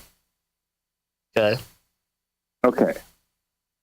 Now, if you ask the women in your country, would you rather come walking up upon a lion or a man out in, on your walk? What would the women in your country say? Majority of them will say man. The ones that are enamored with American culture will say the lion. I don't understand this. I don't. Are they pulling our legs? Are they stupid? I don't understand. Yeah, apparently men are evil. And we are the root cause of all the problems in this world. Toxic I won't even masculinity, mention, baby. I won't even mention white men. You guys are the white table. Is a wild animal. Like I said, most women, once enamored with American culture, know that you're better off meeting a man because not all men are bad. In fact, you're most likely to get help from the man.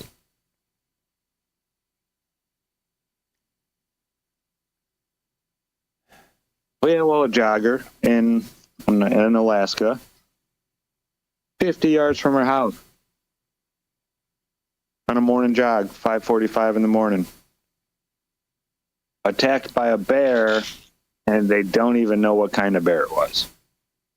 Just mauled her for a little bit, chewed on her for a while, and then moseyed on away. Some guy found her laying in his yard about 20 minutes later. And I think that's the really, key. Really what you'd rather run into? Something that is going to do that to you, possibly, or someone that's going to wave and say, "Hi, how you doing today?" and walk by. I mean, I get it. Jack the Ripper's out there.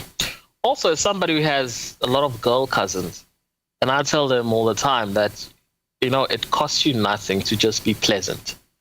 I'm not saying be overly nice to men, but just be pleasant. Don't act like a complete twat when you see a guy. Just be pleasant. When they greet you, greet them.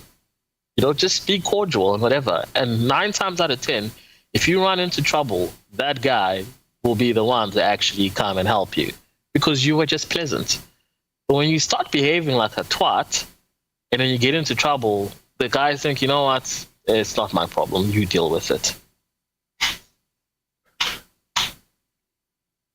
The Heart of the Earth in chat says it's because you can't trust people anymore.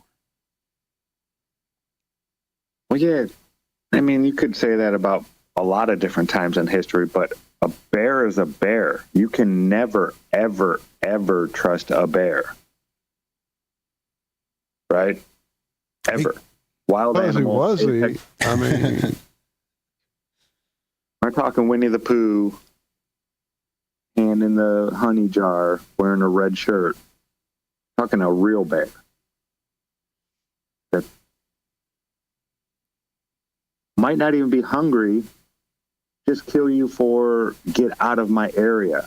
Or, hey, I have cubs over here, and I don't know what you are, and you're moving, so I'm just going to kill you. Yeah, Zack, but bears haven't been oppressing women all of these years. Forgetting that part. No, they've been oppressing men and women equally. Yeah, try to say that to a feminist. They don't differentiate between man and woman. They see moving thing, large. I have cubs. You're dead. I'm going to kill you. I mean, nature is raw and real. People spend way too much time in these cities and not enough time at least learning about nature. I get it. People don't all have time to go out in nature and actually witness it, but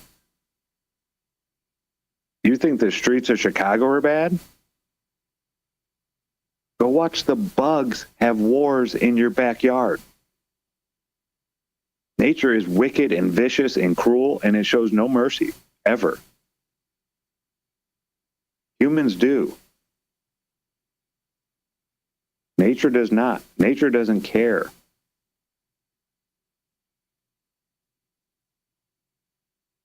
I mean, say some guy out in the forest does attack a woman and that woman starts screaming. Who's going to come help the woman if they hear it? A bear? Or another man?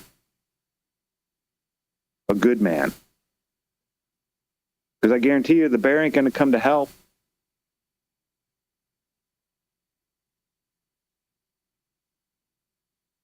Oh, sorry, rant over. But yeah, that's just... They're either pulling your leg or they're just seriously retarded. They have no idea what that world outside of the city, outside of the roads and the electricity outlets and all that stuff is actually like. These are the people that can't distinguish fantasy from reality.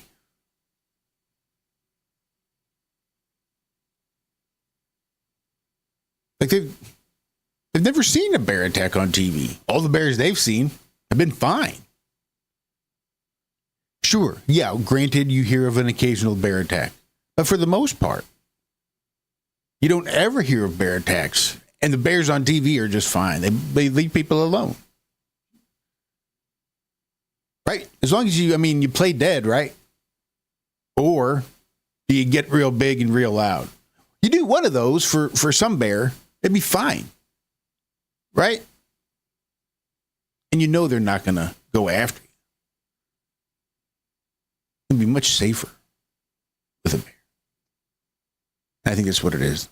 These are the people that get their idea of their constitutional protections from what they see on Law and Order.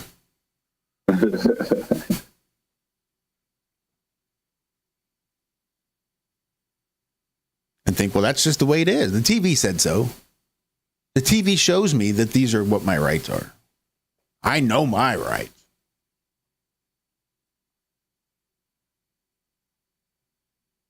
My face is copyrighted. You need my permission to take my picture. I love that one.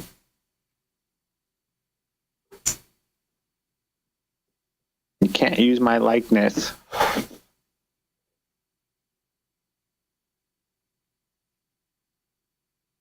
Did you see the one with that public worker who flipped out, walking around barefoot? I think it was Bay Area Transparency. And this lady's just sitting there like screaming, reading some paper at the top of her lungs about her privacy and her rights and blah, blah, blah. And complete nut job. Like, she's losing her job for sure. That guy's got so many people fired just holding a phone, recording, and letting them talk. And he's somewhat passive aggressive. You know, he's not rude, but he could go about it a different way to not get the reactions that he gets. I'll just say it like that. He'll just no, I'm good. What are you doing here? No, I'm good. I'm just taking pictures and video. That's it. And he'll explain kind of as he goes along. And these people aren't ready for any of this. A lot of them probably have never. They should have had to have watched. I'm sorry. Any public official working with the public should have to sit down and watch an hour of these videos, like just recaps.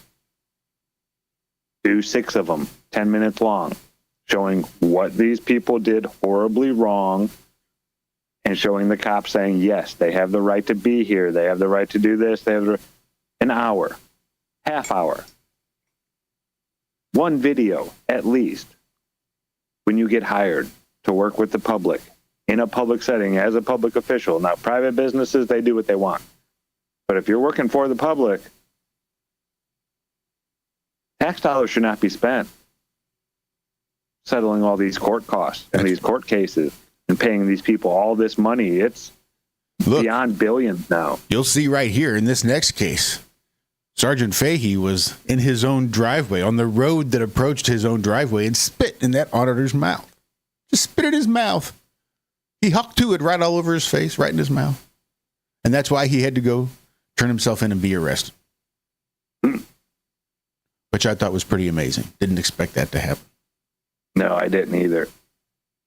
The way that guy acted, definitely knows somebody high up ranking in the Blue Lodge. Mm-hmm.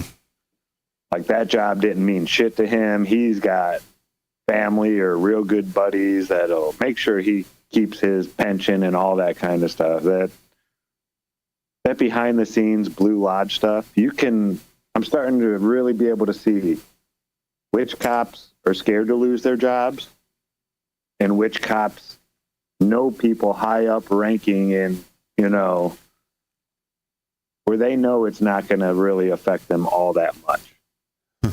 They'll be behind a desk at the very least collecting their money. They may not be out there getting to hassle citizens like they've been doing, shaking them down.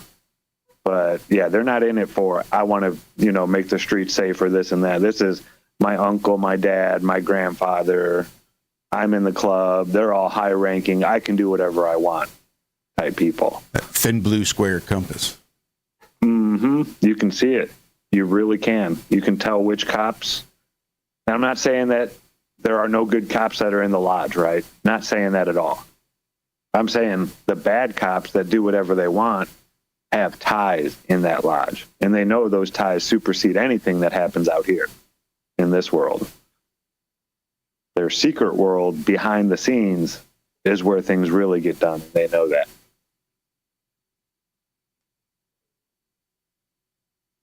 But these guys with these video cameras are throwing a little monkey wrench in their system, I think. I was surprised. I was really surprised and shocked. After seeing him act that way multiple times and nothing happened at first. Like, didn't they have to go to a district court to get all that taken care of? For this last one? For the Fahey thing? It wasn't like a local blah, blah, blah. Didn't Sean have to take it to a higher court? I do believe it was the local. Okay. The same cops that didn't do anything and charged him. I'm pretty sure it's the same jurisdiction that is actually charging Sergeant Fahey, but they are also not dropping any of the charges against Sean, as I recall. I don't watch a lot of his live stuff, a lot of his updates. Yeah, me neither.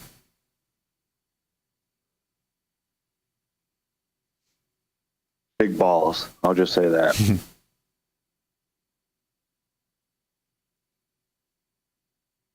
But yeah, I really like Bay Area transparency. If you guys want to see, I know Josh and I talk about First Amendment auditors from time to time. But yeah, Bay Area transparency. He's out there in California. And I really like the way he goes about it. He's really good at keeping his cool for the most part. He'll lose it from time to time, snap. He's getting better and better. But as far as the education of the law, you're not going to hear him going around, I know my rights, and being wrong. Like, he knows what he can and can't do, and he knows what they have to do. What the law requires our public workers to do. They don't get a choice. They don't get to decide whether or not they want to serve him today or not. Like, he knows the law of what they have to provide legally to him. And he holds them to that, and they hate it. And I think Bat's the one that's going after all of the authorized personnel signs, isn't it? Like, seems like I always get he and Press NH Now always confused in my brain in their videos. Yeah, he's removing all kinds of signs too. Now he is a lot more in your face, and I mean, he's just snarky. He's got that Boston, Northeastern,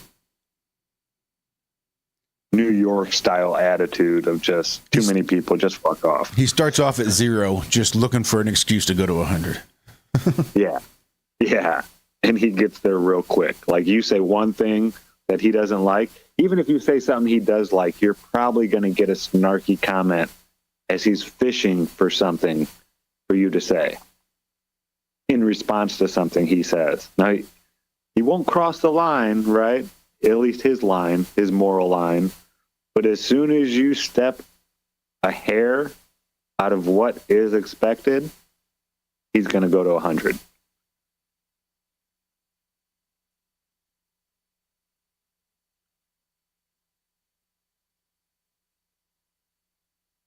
Yeah, they are definitely getting things done. The First Amendment auditing community, I'll say that. It's not a war that's ever going to be won, right? This is the song that never ends. Citizens versus their government. Defending their freedoms. That's how, I mean, we were told this is how it was going to be when they set this system up this way. It's not you set it up and everything's hunky-dory, just go on about your day, don't worry about it. No. We are supposed to keep an eye on our government, watch our government, make sure they're doing things correctly, and redress our grievances when they don't. That's our job. And they really don't teach us about this job anymore in school. They don't really want us knowing That this isn't just your right, to do this. It's your duty. Well, that's the word they're avoiding. That's the word they avoid like the fucking plague. The entire concept they want to have done away with.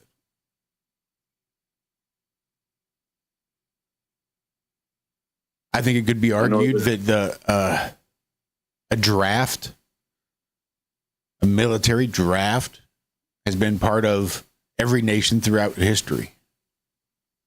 That's just the way it is. That's just what happens. Most people find it a duty.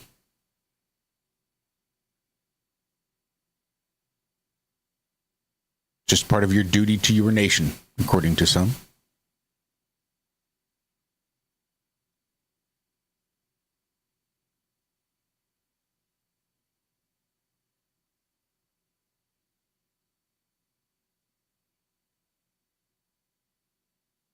But that would imply then that people have duties.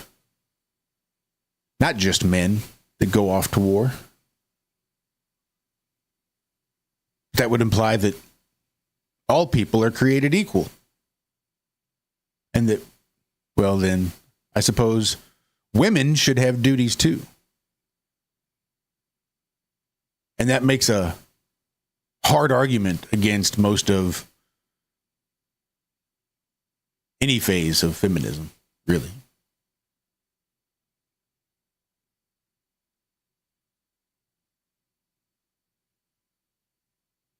Damn it.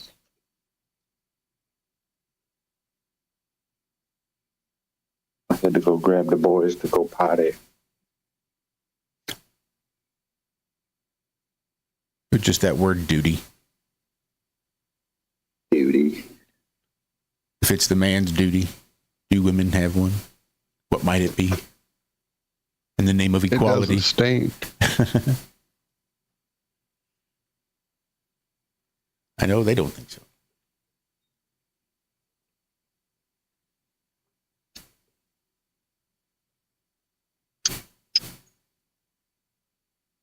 Seemed like there was something else that was just nutty I saw in the news.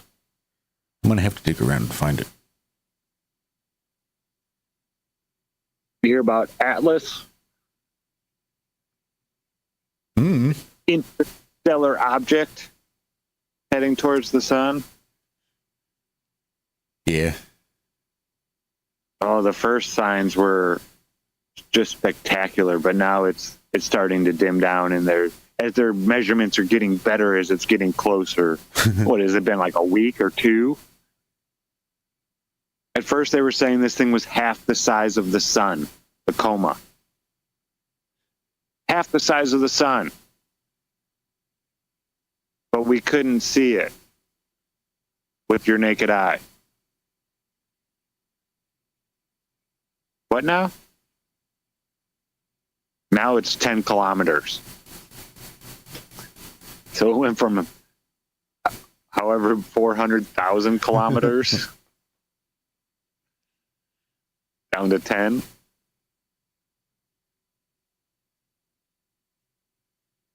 Sure, I just thought the name was quite interesting, Atlas. The one who was, set to hold the heavens in the sky. He was a Titan. You don't know what the Titans were. They're like the like you could take the giants to Mediterranean. the giants. Yeah, you could take a Mediterranean Sea and put it on their back. Like, they were enormous beings, supposedly. And they went to war with the Greek gods over the heavens. And they lost. And Atlas was sent to hold up the sky.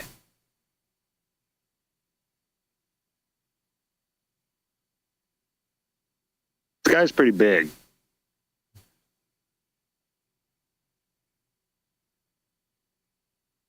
I couldn't even imagine I've been seeing stuff with dinosaur bones, with AI or giant skulls being found and this and that. You know, there was an earthquake and half this mountain fell away, and there's this huge humanoid giant in it, and the skull is like a person could almost just walk right into the eye socket of this skull. And I'm thinking, like, if you saw something that big, I can't even fathom it. I can't. It's unfathomable to think of a being that tall walking by. Way taller than the trees, right? Greg Carlwood was talking about having Stellium 7 on. Oh, that'd be a good show. I know that dude. I know that dude, right. Very cool. When will that be? Do you have a chance of knowing? So even when he was talking about it, it was still kind of maybe I should type of talk. It wasn't anything that had been solidified. I got you. But it was like one of his former guests had been talking about the Stellium 7, and I guess he had looked into some of my stuff and had just been talking about him. It was just really crazy to hear him say Stellium 7 right there on Higher Side Chats.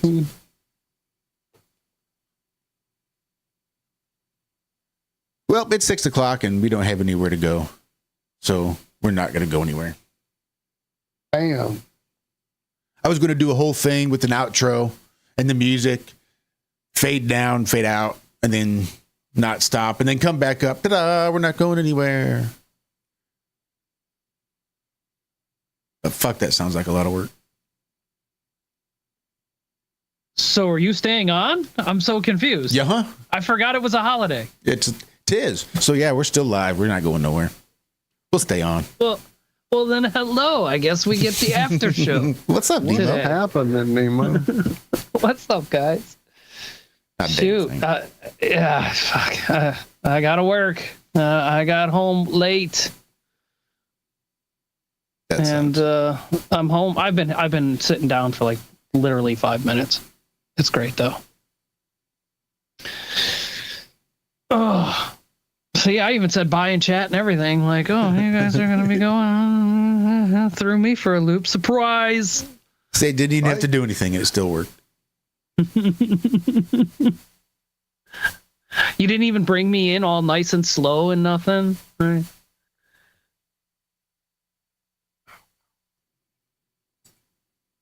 I do start off that way.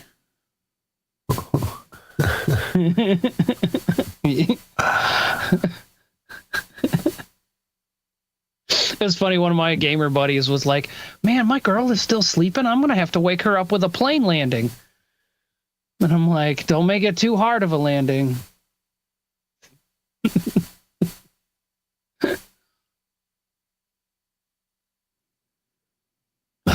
Start off nice and slow.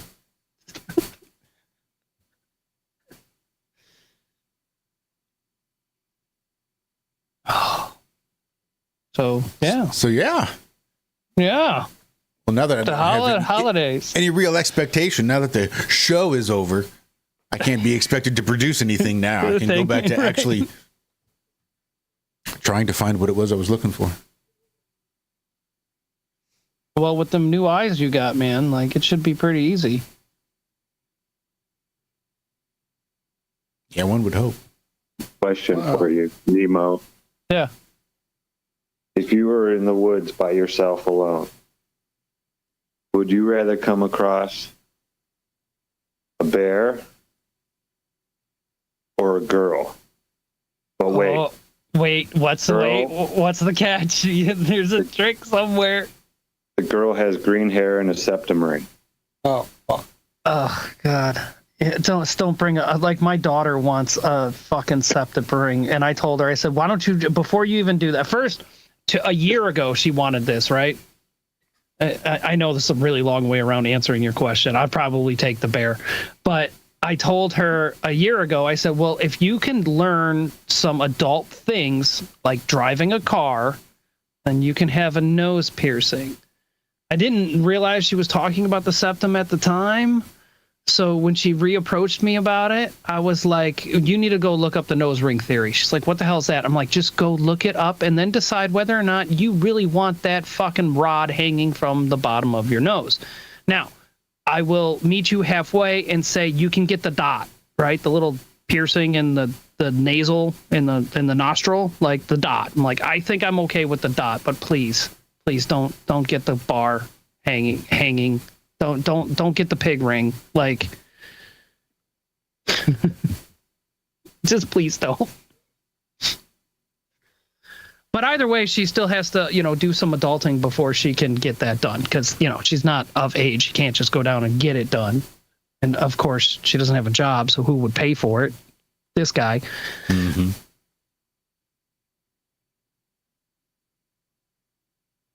But the bear, what was that stupid movie? It was a kids movie that we all saw where they were camping and they were like to scare the bears away. I think it was Parent Trap? No. They just grabbed it was it was Parent Trap with the twins and they swap places. And it's like, if a bear comes, just take a couple of sticks and just bang the sticks together. Like Josh said, do you puff up, get real big and real loud? Might scare them away. Well, for some bears, it might be the brown ones. For the black ones, you have to lie on the ground and play dead or they'll kill you for sure. No, wait. Maybe it's the other way around. I don't fucking remember. So you better do your own goddamn research. Either way, just don't feed them. That's all I know. Don't feed them. They'll come back for more. This is why you always go into the woods with another person, and it's best to be faster than that person. You ain't got to outrun the bear. That's crazy. That's crazy talk. Ain't nobody outrunning no bear. Outrun another person, now that's another story.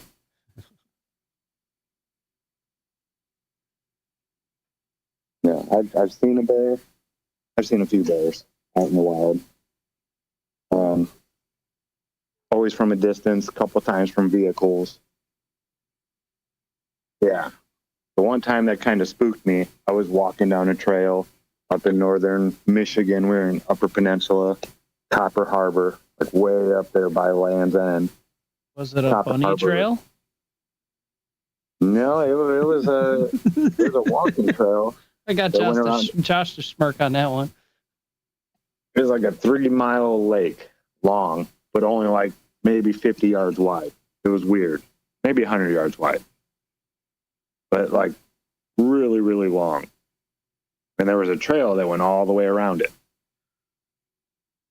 And we were staying at this, not a bed and breakfast. It was more like condos, like 2-story. I think it was 4 of them right next to each other, and there was like a back porch on each one. So I'm sitting on the back porch,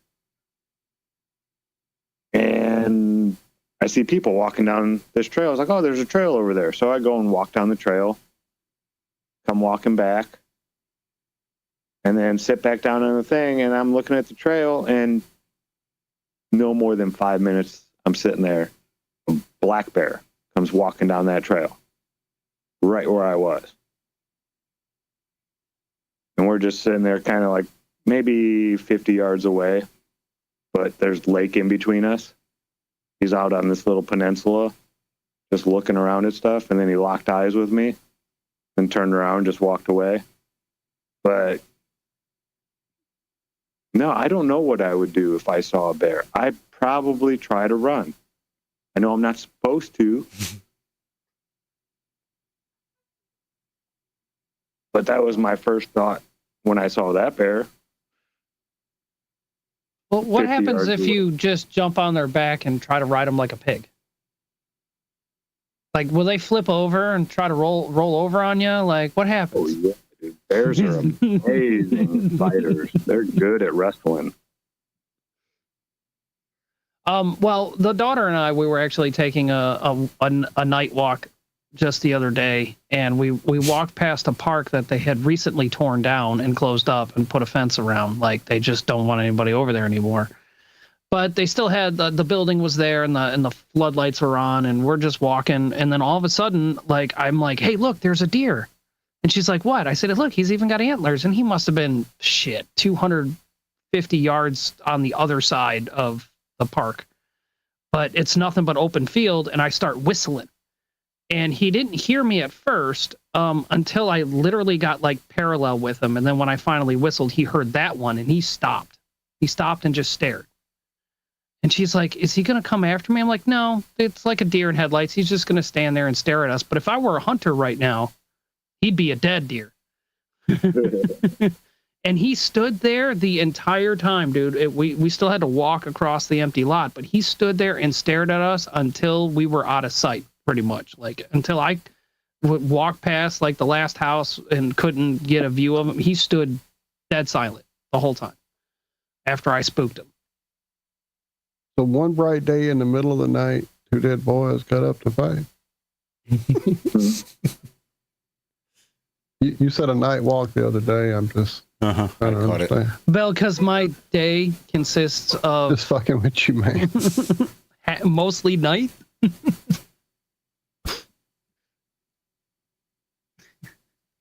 Oh my goodness, sorry. Beep, beep, beep, beep, beep, beep, beep. Update on Comet Atlas.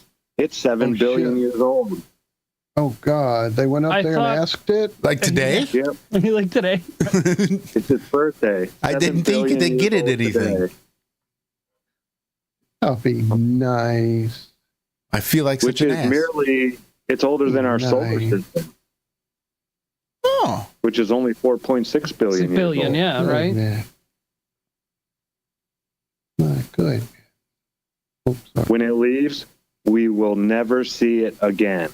Good fucking riddance. Well, that's kind of sad now.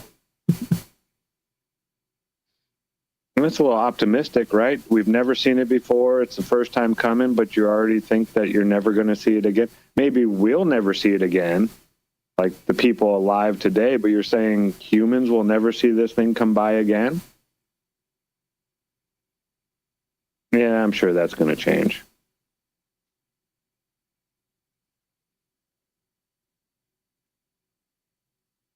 Oh, goodness. Here, let's see if I can do this.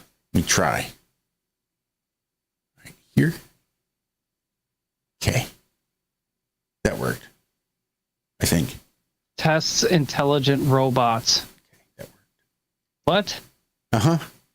Oh, what is this? Crystal Sky Bluebird. What? Oh, wait, what? So, I don't know. You tell me. This just seemed a little odd. Something didn't seem right about this. It should be on 1080.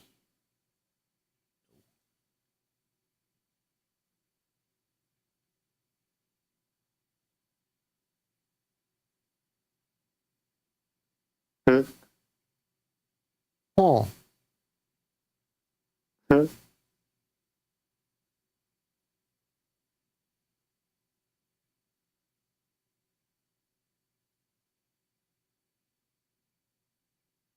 Now, granted, it might be that I'm a little bit jaded. Oh. And there might be things I don't necessarily believe. And they did a real good with reflections on their robot. I'm going to back it up just a touch here. The reflections on the world around it as displayed, but there's still just something about the edges. Mm-hmm. It seems a little green screen. It's like they can come up again. The reflections are real good, but it's still something still just seems very green screen to me about this.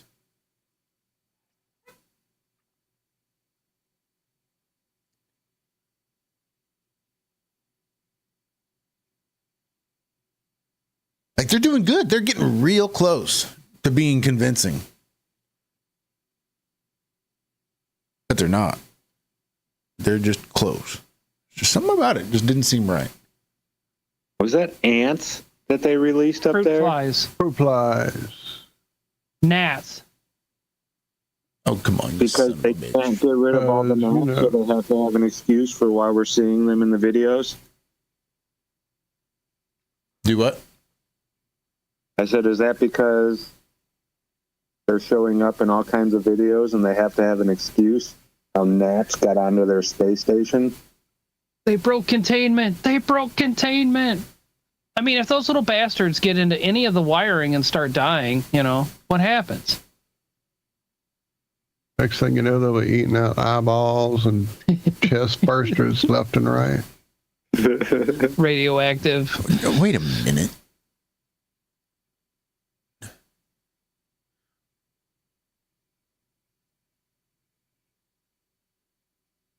What did I just see? There's like this little black thing. Black thing. I was wondering about that too. Like as soon as you said, "What did I just see?" and right before you freeze framed, it moved. Like, is it part of the bag? It looks to me like it's just a full-grown fly. Like they've got the little ones, the fruit flies inside there. That just looks like a great big house fly that landed on the outside of the bag. Maybe I'm like, I want some of that food too. Yeah. Maybe I'm wrong. Or maybe it's a full-grown one on the inside of the bag. Go back a little bit. Yeah, super slow-mo, Josh. And slow, yeah. What is this playback speed? Yeah. It's a button. Fudge? It's a plastic. It's part a of the plastic bag. button of part of the bag. A snap. You know what I mean? Yeah. Yeah. It's sure seemed to be some independent movement there. I mean, I get it too. But yeah, I'm pretty sure it's just the not plastic to make this snap. sound any more dumb, but I could have sworn that that's like a vacuum sealer bag. Like, where's the machine? Are they going to vacuum seal the fruit flies to see how they do in a vacuum environment? Where? Where? Oh, it's not on this bag. Or it's not on that photo. See, that looks like some independent movement. Yeah, it kind of looks like it's rolling across the side of it. Like that bag looked pretty still in compared to that black button. I'm just saying. Just saying. It is what it is. It's not what it's not. If it is, then it is, and it can't be what it's not. Why aren't the bugs floating? Right. That's a very good question. Oh, that is a very good question. You're right. They just started crawling out. Like it moved. It did a came half a over circle. top of the bag. Yeah. It started on the very side. There's like a profile. It moved down towards his arm and then crawled up towards the top of the bag. I don't think that's a button. Do it again. It says -1308 on that bag. We're at quarter speed right now.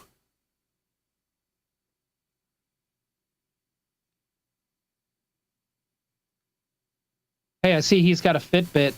Can we track that? Enhance. Right? Enhance. Like, watch the hose, that hose connection, and how much. I'll watch the hose. Don't you worry, buddy. And how much it moved in comparison to the button. Yeah. No, I do see what you're saying, but I noticed that it's two pieces of separate, like, it's the reflection off the bag together. I think it's the reflection off the bag of the fly. Flies on the outside. No, I don't think so, dude. No, you could be right on the just not- reflection thing, but yeah, they're just crawling. Let's They're not see it. flying, and they're not floating. They're going to need a spider. They have, like, I've seen that movie. It was Adam, not Adam, what's his name? The idiot thought.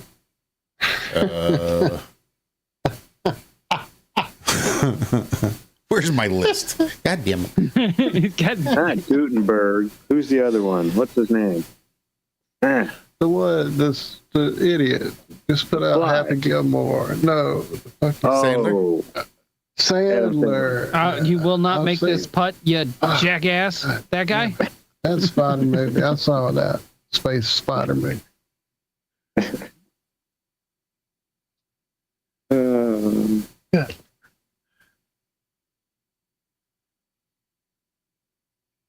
Her hair, though, is super realistic.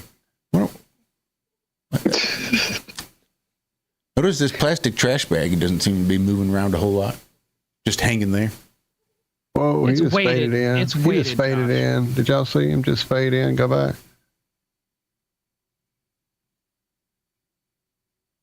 I guess not. I was watching her, and then suddenly he came out of nowhere. I didn't see the transition. Right. No, That's the transition, yeah. He still faded in. Yeah. And she faded out. I think they call that a crossfade. Yeah. Is this Chinese space station? Yes. Whoa, racist. Hold up now. Hang on. At least it's owned by. I'm not one to identify space station. But they also did not film them building it either, right? There's no photo evidence of them actually building their own space station. What direction do you think this person would be going? Just seems if you have to push your foot down on this side, there's no good real way to brace yourself from going up.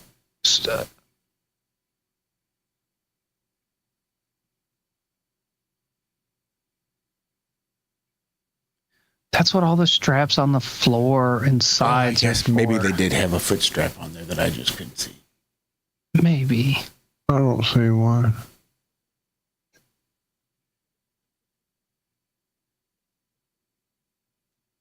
Wow. This is where we keep our pre-rolls. 2 for $5. And that was the thing.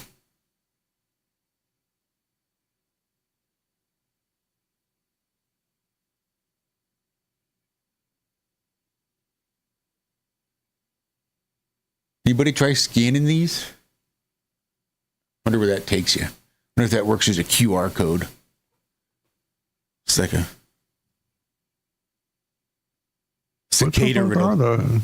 I have no idea. It looks like pieces of a QR code.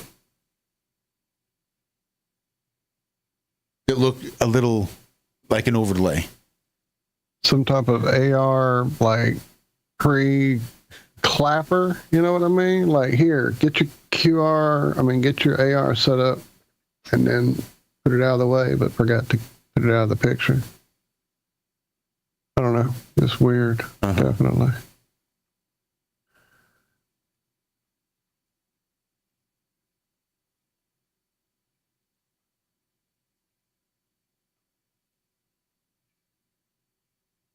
All right, well, that's not worth sitting through. I know somebody can hook you up with a premium account. Well, this isn't. Well, this YouTube, isn't embedded. Unfortunately, Yeah, it could be, but it's embedded into a different website. It plays like 6 ads. I get what you're saying. I got you.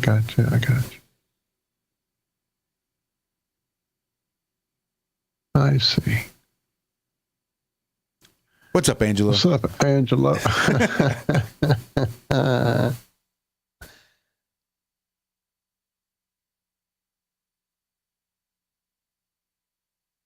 I had dropped, I thought, an interesting little title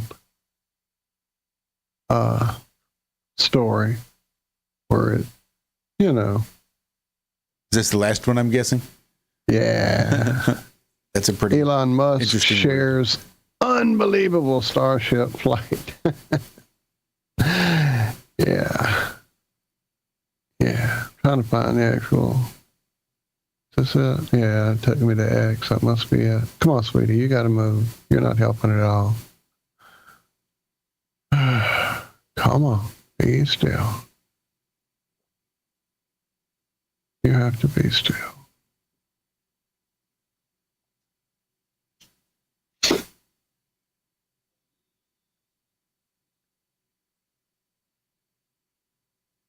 So what's the next company? Oh, you think? I'll make it big.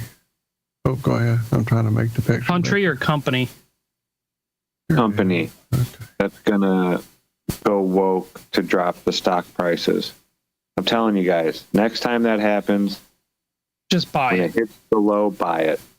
It's gonna go back up. These companies are mostly owned by BlackRock and Vanguard. Right. And they're just doing it on purpose. so they can get more of the stock at a cheaper price. It's genius. Wow. That's supposed to be real? That's right. Wow. Try that again. How much water vapor do you think has to be in there to create a rainbow like that? Rainbow, I was about to say, like, well, that's interesting. They even put a rainbow in. And the sun is, there's no way the sun is at that angle to create a that barely happens in the sky, in the clouds, on a regular, you know? Do you believe in magic? How gay would that be if every car that made exhaust just had a little rainbow trail?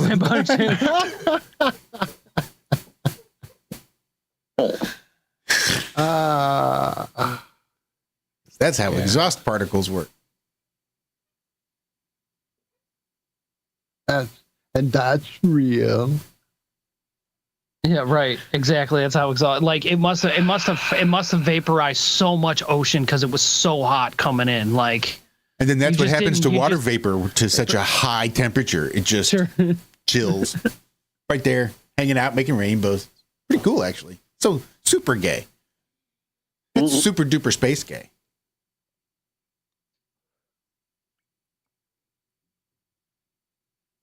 Whatever. Oh, that was good.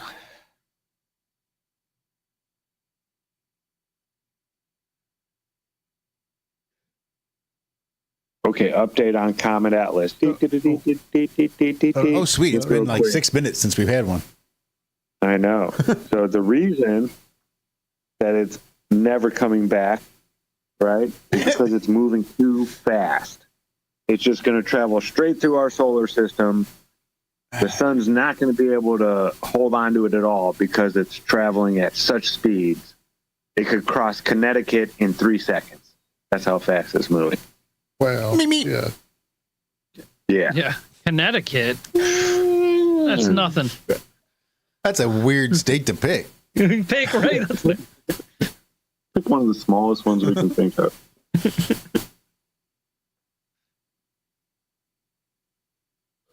Let's do Rhode Island next. Update over. Okay. So I thought you were going to say white men. That's why Alice will never return back to our solar system. There's not enough bears.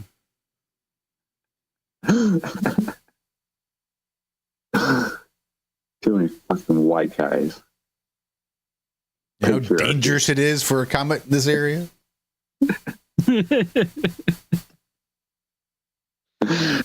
Oh, shit. You'd be taking a walk on a day like this, especially not at night. You better trim that down to 4 seconds, my friend. Depends on what color the comet is. Oh. It might get pulled over just because. You never know. I still know what to do. I'm still sitting here. I'm not feeding them. Probably one of those constitutionalists with an interstellar right to travel. Damn, sovereign citizen Atlas probably is. It's a sovereign comet. Does it even have permissions?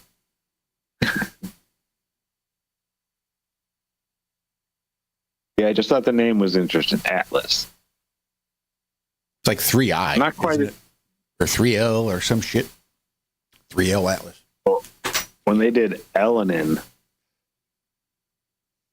I was like, really? Extinction level event? What No, was that's the NIN? that's Apophis, right? Isn't that the next one? Well, Elenin was what, 2011? Something like that? Something like that. Coming in for 2012. No, the only sovereign citizens are the police. Judges. Yeah. Politicians. The elite. And those with diplomatic immunity. Yeah, them too. I want some of that.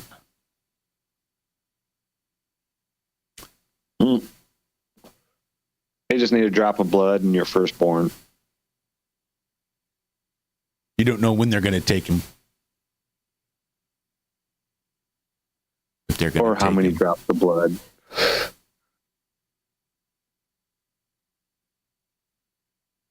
Didn't say how big that drop of blood needs to be. It sure was interesting how that Catholic shooter kid sure checked off a whole lot of boxes I called before they even had a chance to announce it. Said it wouldn't surprise me if, he probably went to school there at some time. It probably wouldn't surprise me if his dad was probably like military intelligence or something like that. It sure wouldn't surprise me if that kid was probably on some sort of antipsychotic, antidepressant type of med. Sure shit. Ding, Yes. ding, ding, ding, ding. Isn't that weird? Quinkydink how a lot of these shooters have this MO? And I'm not one to say correlation is causation, but there does seem to be some sort of trend toward being able to say that someone that believes they might be born into the body they weren't born in, or not born into the body they were born in, or they just feel like maybe they should be something different is a sure sign of mental illness. But I think the argument could probably be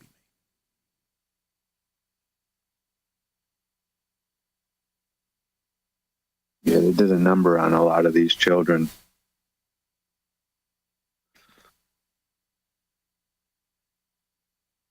The children waiting for the penis fairy to show up? What's wrong with those guys? All right, rant over before I even start. I saw a video yesterday. I don't even want to mention it because that'd be a half-hour tirade. Well, you should at least post a link so we can have our own opinions over here. Let's just say this shit is still going on today. Children walking into their first day of school and their teacher teaching them about their pronouns and how important it is to use pronouns and this and that, blah, blah, blah. With nothing to do about reading, writing, arithmetic, getting to know the students. Nope, it's all about the teacher and their fucking pronoun. Sorry, excuse me. Rant really over now. I thought you were going to say young children walking into their parents making another children. No. Shoot, that was close, Zach. It was close. Oh.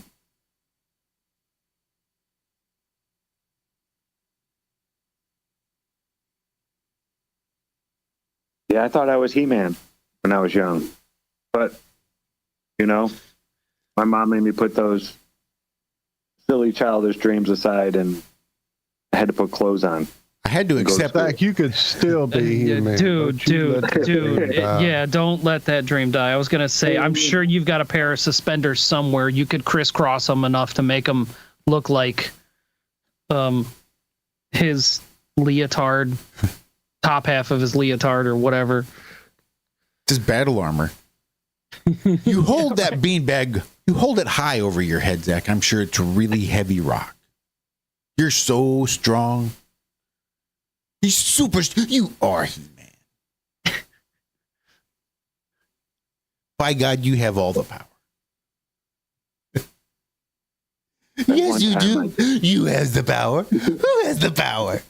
Zach has the power. I think my little brother still has my Castle Grayskull. Trapdoor is missing, though, I believe. Sucks. That's how I'm going to start telling people their fly is open. Your Castle Grayskull's missing its trapdoor.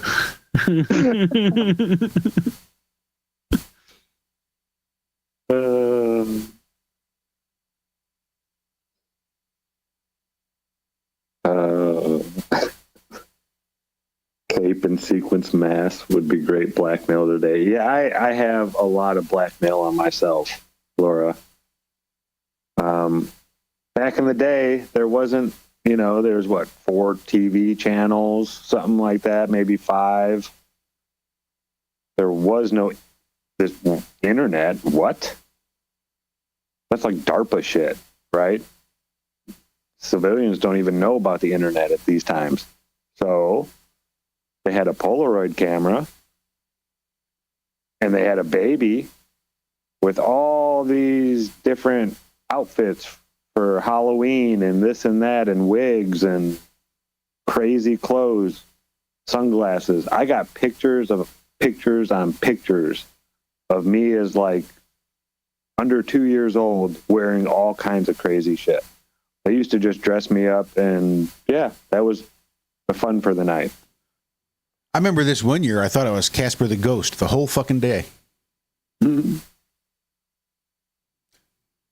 I remember it like it was yesterday. Late October, 1983.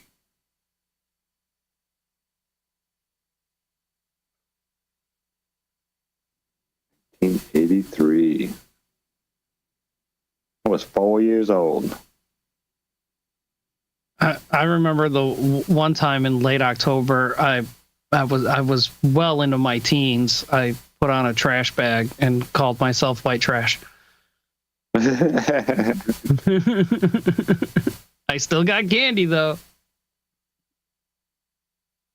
My favorite costume ever was Conan the Barbarian. I think I was 6, maybe 7.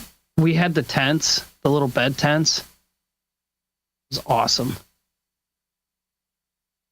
My mom went to an estate sale and bought a fur coat from this lady.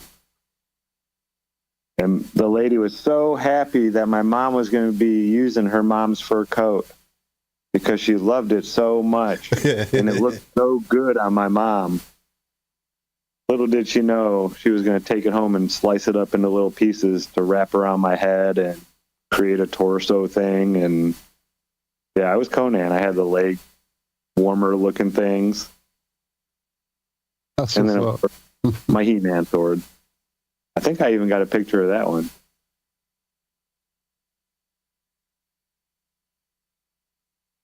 And then I was Zorro a lot. And then when I got older, I got lazy and I'd be a pothead. I'd take a flower pot and just put it on my head. So I could go to all the parties where you had to dress up. Where you had to dress up, right. The wife and I participated in a few costume parties, contests, and both. The one year we almost won, I went as Roger Rabbit and she went as Jessica. It was great. I don't remember. I think I was some kind of clown, like an evil clown thing one year when we were still doing karaoke back in the day. And you heard it in your head, though, didn't you, Nemo? Didn't even have to say it. Did I? I'm sure you did.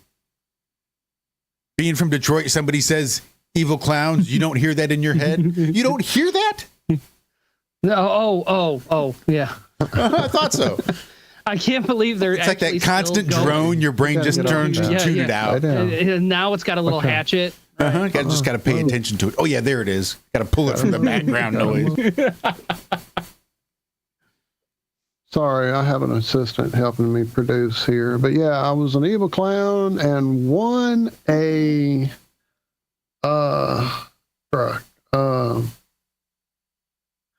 what's the drink people drink at Fago? You Fago? Frickin' NyQuil. Quarters? Robitussin?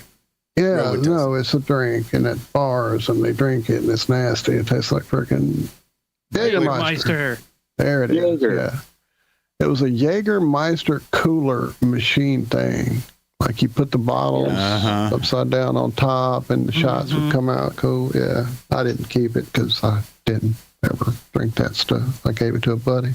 Well, I'm sure those tops are universal and you probably could have screwed on anything other than Jaeger. Not a big shot taking dude. I was more into the girly drinks.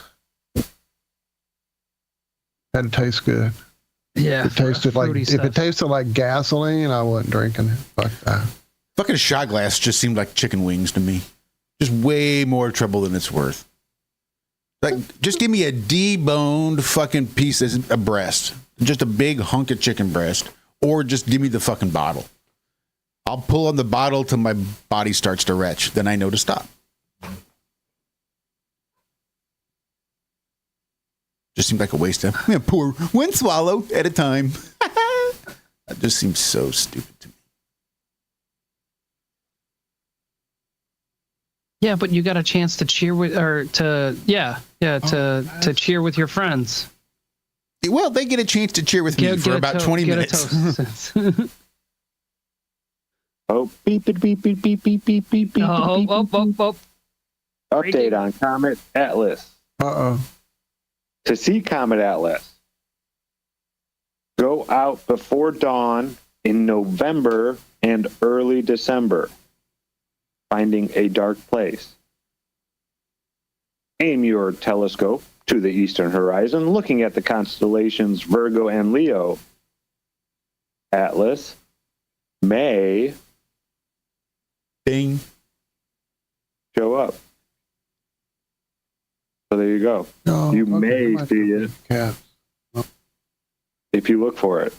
You may not. I'm not going to be able to finish here. I'll have to go feed the cats. They won't get all the stuff in the thing. So let me do that, and I'll be back. All right.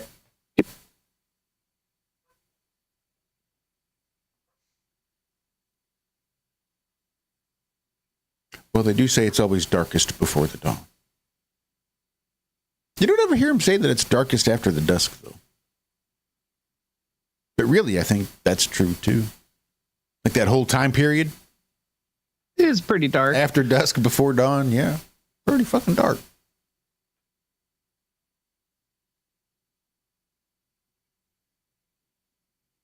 What do I know? Oh my goodness.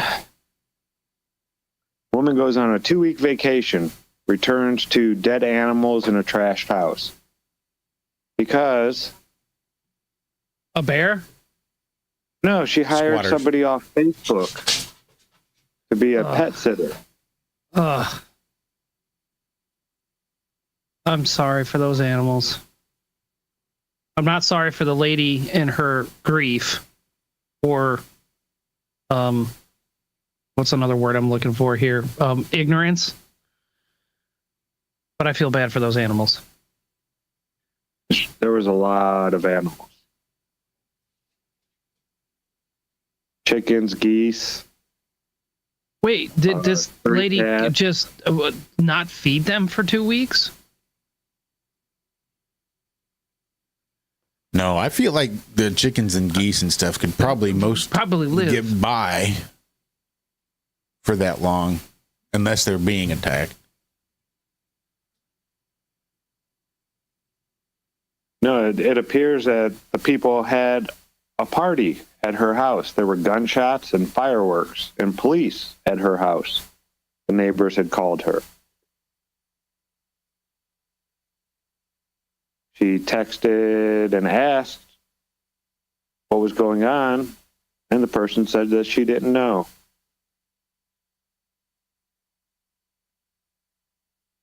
Decided to go home a day early.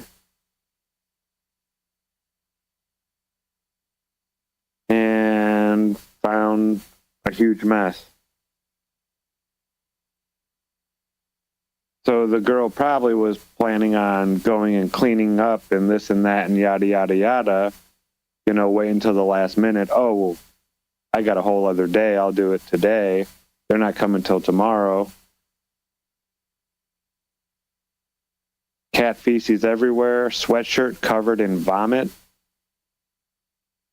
Filthy pans on the stove, brown hair dye splattered across the bathroom, and personal items, women items left on the used ones left on the floor. And she found that her brushes and her deodorant had clearly been used by somebody else. Well, I mean, when you get a phone call from the neighbors saying, hey, there's a rowdy party going on at your house, we've already called the cops to trim it down, wouldn't you follow that up with also calling the cops and say, hey, did some shit just happen at my house, instead of trying to defer to the person who's going to clearly lie to you?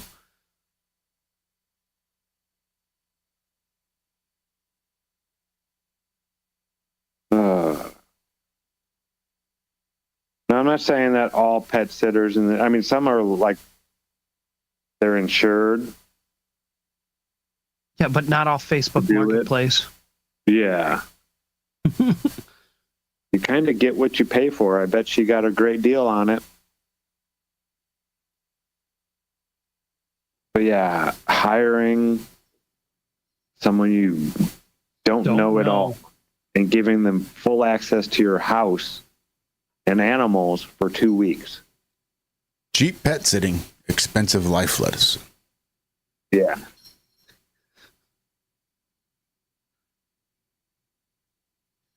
And I must say, Zach, every time you say, oh my goodness, this is what I hear in my damn head. Oh my goodness, oh my goodness.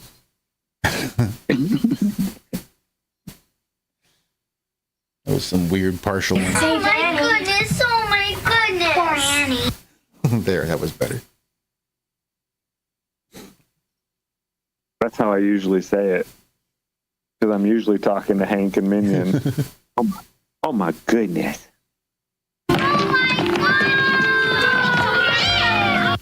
That was weird.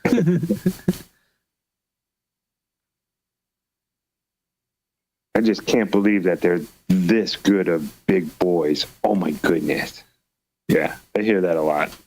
They hear me say, oh my goodness, quite a bit. And I'm telling you, go tell your animal, as soon as you get done with this, that you love them. Just do it. Just as, you're walking by, whatever, you see him, hey, I love you. I tell Hank and Min as much as I can, multiple times a day.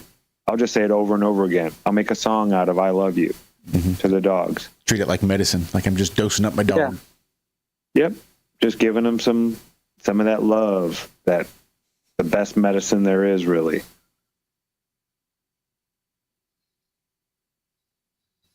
They're healthy boys. I'm just saying. A little bit of love goes a long way. Oh, I love you, Sherry. Oh, I love you, Sherry. Benny had a second round of speed dates, which was really just a second set of dates for Lily Beth and Sassafras. Sassafras, I love that.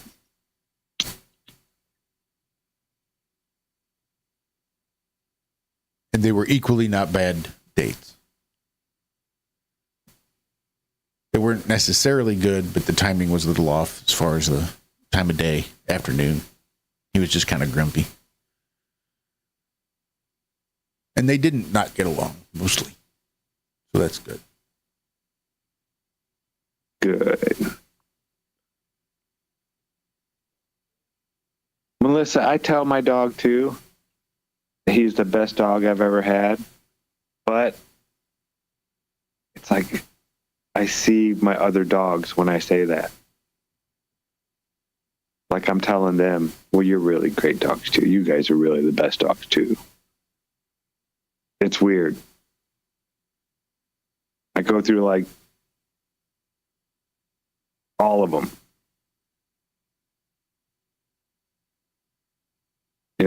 It's, yeah. Hank is great. But they're all great. They really are. I can't think of a dog I've met that I didn't like.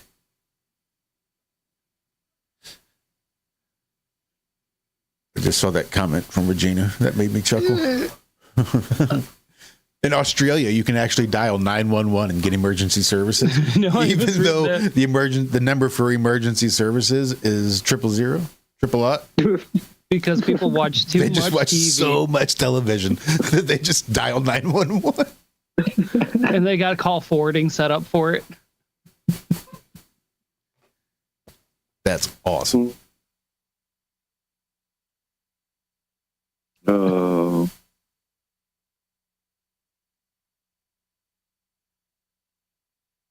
The baby lovelies. Oh, that's a good one. I just got back and was reading that.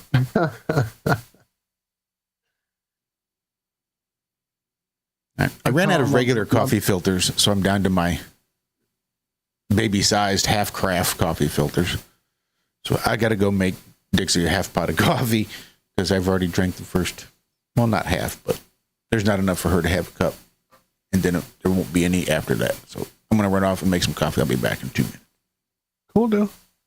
So coffee, we found a place in New Iberia about 30 minutes away.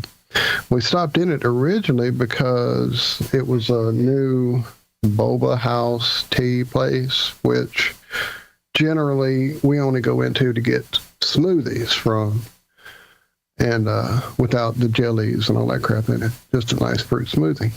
But we went into this one and it was a little different vibe. And so instead of like smoothies and weird iced coffees and things like that, they had actual Thai tea. Now, nowhere near as good as Dr. Law's Thai tea, but definitely similar and enough of a similarity for me to enjoy it.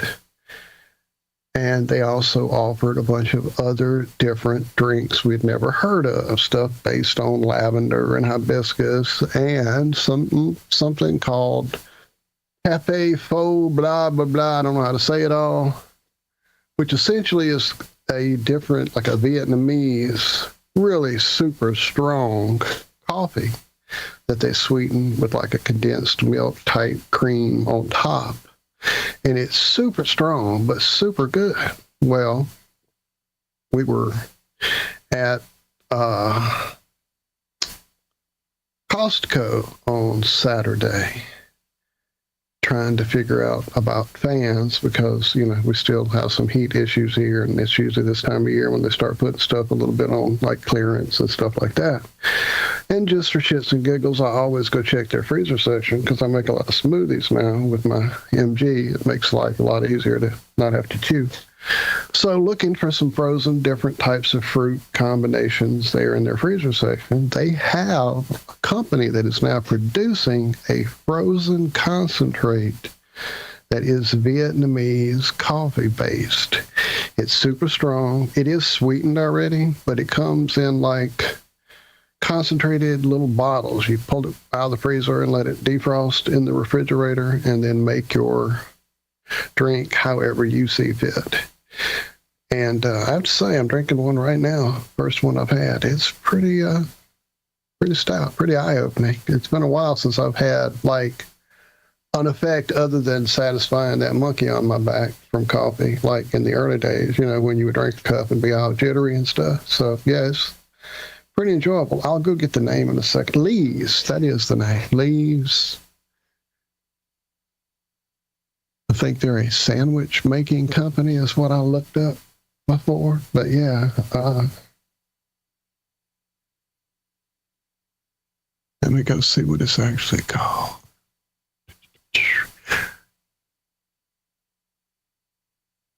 And then I'll see if I can pronounce it correctly. Well, it's taking forever to open the site. Cafe Suida. And that Cafe is Suida. Yeah. And it is a frozen latte concentrate from the company Lee's, Lee's'. Lee'sCoffee.com. Yeah, I like it.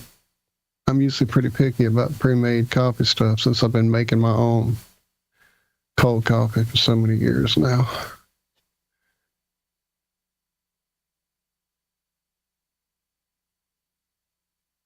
I didn't start drinking coffee till I was 40.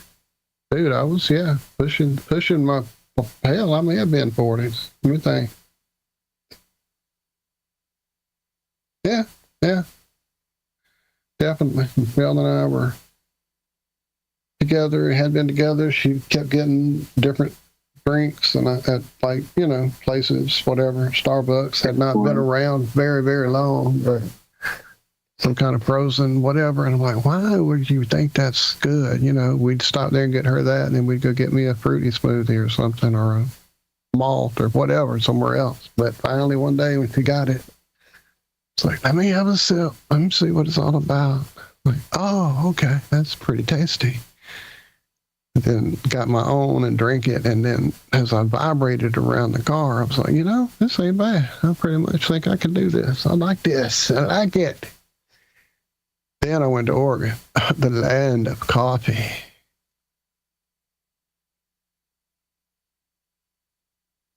Yes, it is very easy to spend $60 a week at Starbucks. Sherry. Oh, Sherry, I got your email. So email from Sherry about a lovely lady who is writing a book about the Hurricane Helene, that we all went through there in the Carolinas last year during the Flattoberfest.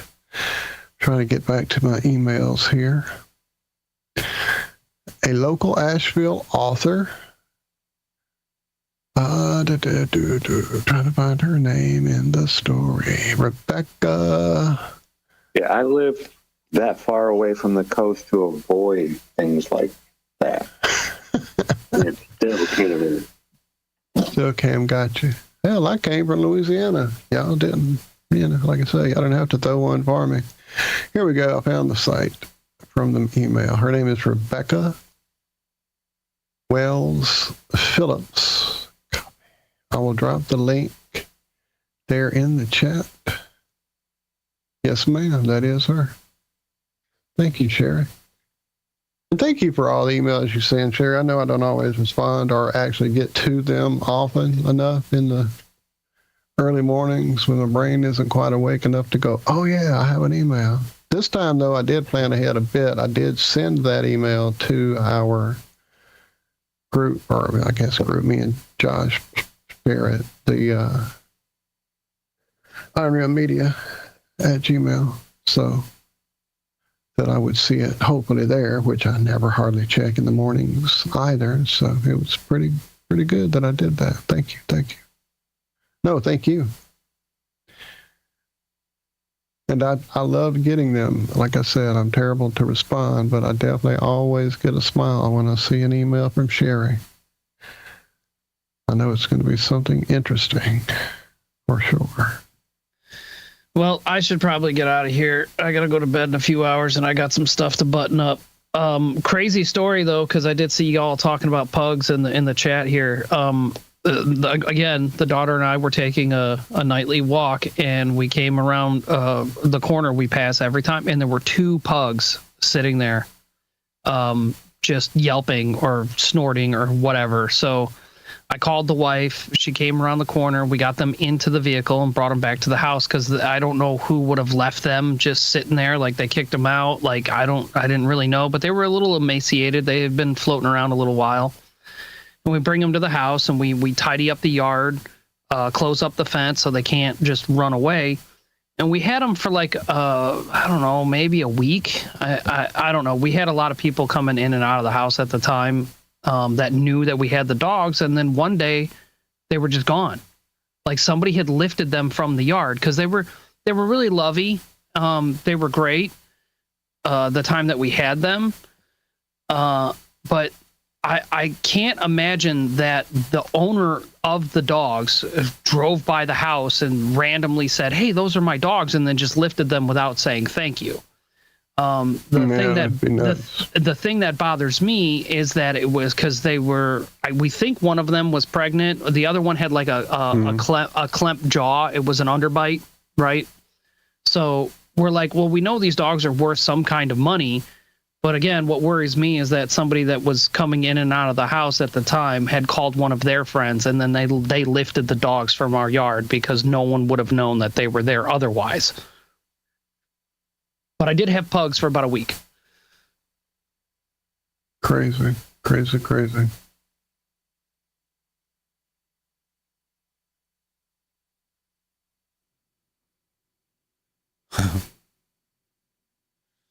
Trying to figure out what the fuck just happened to my Teams.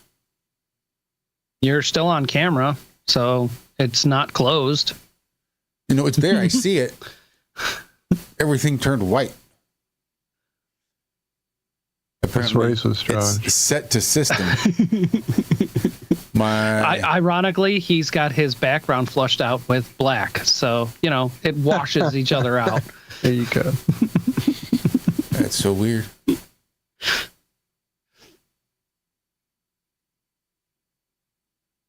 But I'm getting out of here, fellas. Bye, room. Love y'all, and I mean it. Have a great day. All right, brother. And enjoy your holiday if you're in the Americas, and hopefully you get a holiday soon if you're on the other side of the pond.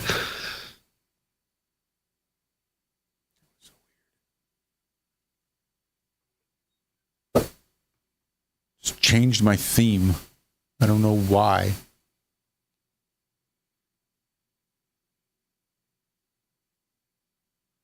I like a dark theme.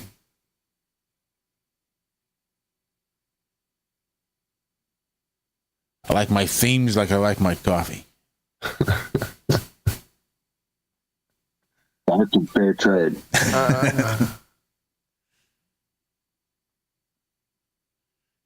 Yeah, easier on the eyes.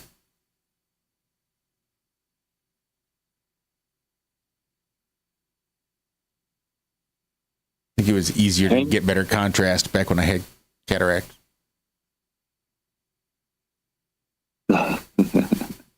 When you had better cataracts. Better contrast back when I had cataracts.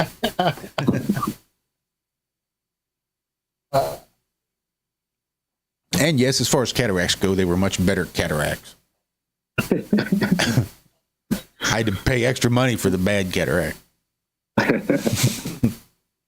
They had to put the worst cataracts in. How clear they are. I had to turn my headphones way down. Apparently, I was a little loud this morning.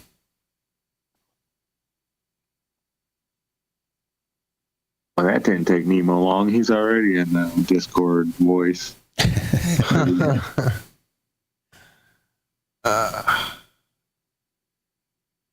Got some things to tie up. Like, I got to go stream some games. Right. Yeah, I created a monster with that game. I introduced him to. And then he's got people that he was playing Call of Duty, the zombies with. They're all playing it now. I used to get into games like that. Like know every in and out of everything and what every little thing did and this and that and yada, yada, yada. I usually stay away from games like this now. But this one's cool because you just hit a button. That I dug deep in with you with Red Dead and GTA. Well, GTA was more me getting you into it for a while, but yeah, definitely. Since then, it's been very I had a little while I was into the Halo thing again, and then just got burnt out on it again. Same thing with Helldivers. It was fun for a minute, and more fun when I had my brother playing. And was it Nemo that tried it? Somebody else tried it, wasn't me? And that was cool for a few months, and then it just kind of got... Everything is just so repetitive. Do this over and over and over. Same thing. And I get it, It just seemed like there for a little while, games were kind of doing different things. And I guess, the early 2000s when the first Xbox launched and they had some different ideas about gaming. But it all just has kind of devolved back into load, reload, shoot, repeat, or fetch. Go fetch this. If it's an RPG, it's a lot of fetch. Go get this and bring it to whoever. Yeah, well, fuck him. Let him go get his own whatever. I'm trying to play the game. Yeah.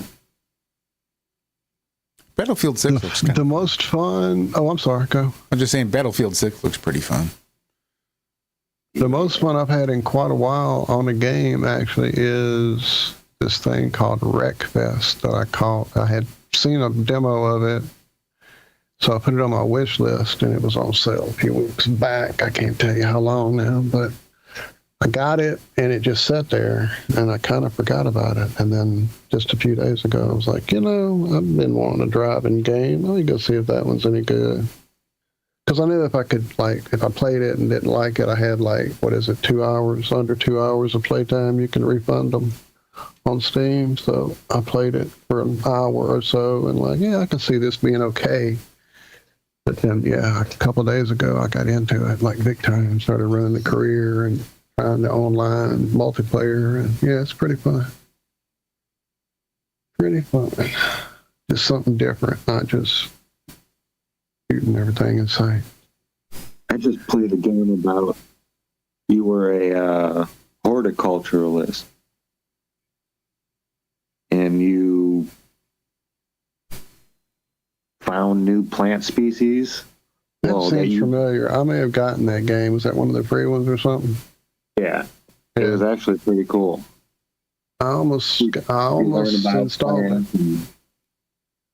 This and that, and how they have, this one's for this medicine, and this one's a poison, and this and that. And yeah.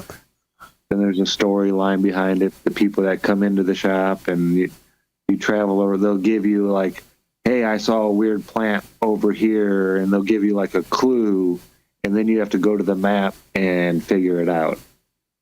There's a big gridded map, and you have to go and you have to find the right grid spot according to the clues. It's pretty neat, kind of like a puzzle game, but you learn some stuff as well. Cool. Yeah, it was pretty cool. Good job, man. I beat it. Good job, man.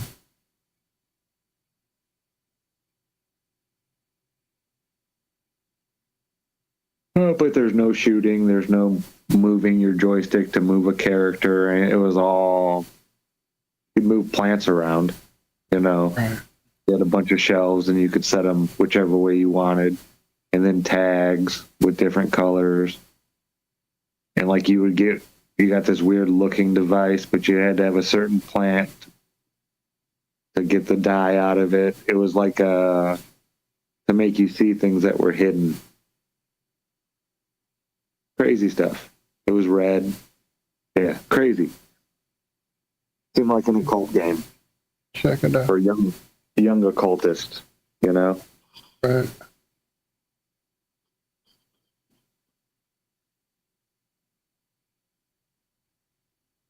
Oh, man. Looks like my buddy Dan Mack in chat plays Wreckfest. That's what's up. Hit me up. I don't know what system you play it on, but I'm playing it through Steam. Yeah, because I was going to refund it if I didn't like it. So, Flat Earth Head, Walt, Face Bones. It's some of that. If you look, that's me. Hit me up.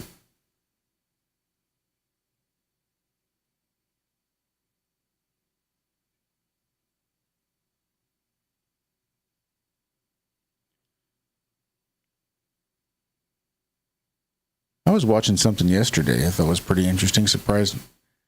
Maybe I didn't hear about, but it seems like maybe somebody in chat had mentioned it, typed it out, but this would have been a while ago. It's just one of those things. I glance at chat, see things. I miss a lot, see some. But for some reason, I got that weird-ass memory that I feel like somebody had put something in chat at some point. I think it was, the flight number was 323, as I recall. And some of the weird shit going on with Flight 323 on the morning of September 11th, 2001. Whereupon they've interviewed some of the flight crew.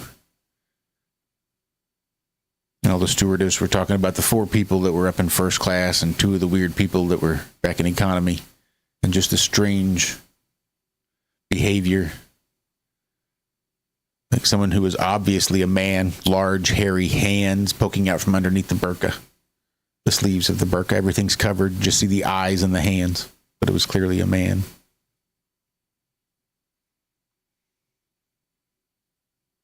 And I guess they just were about to take off when they got the notice that the pilots needed to be aware of like a cabin breach or something like that. And all the flight traffic got grounded.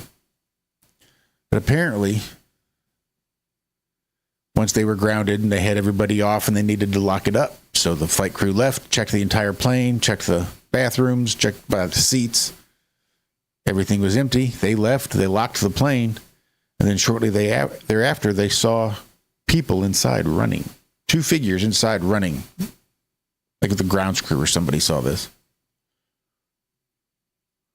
I guess the FBI went back in afterward and found the hatch that went down below to control the cockpit electronics had somehow been removed and opened and left on top of the floor.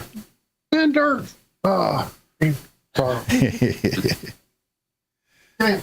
And then, interestingly enough, the plane right next to this flight 323 had almost the exact same tail number, but the tail number was off by 1.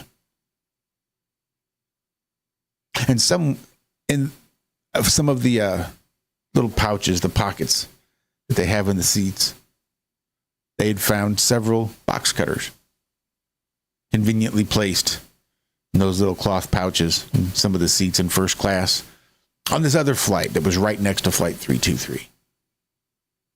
And apparently there were several planes that strange things and strange goings on were happening on that very same morning.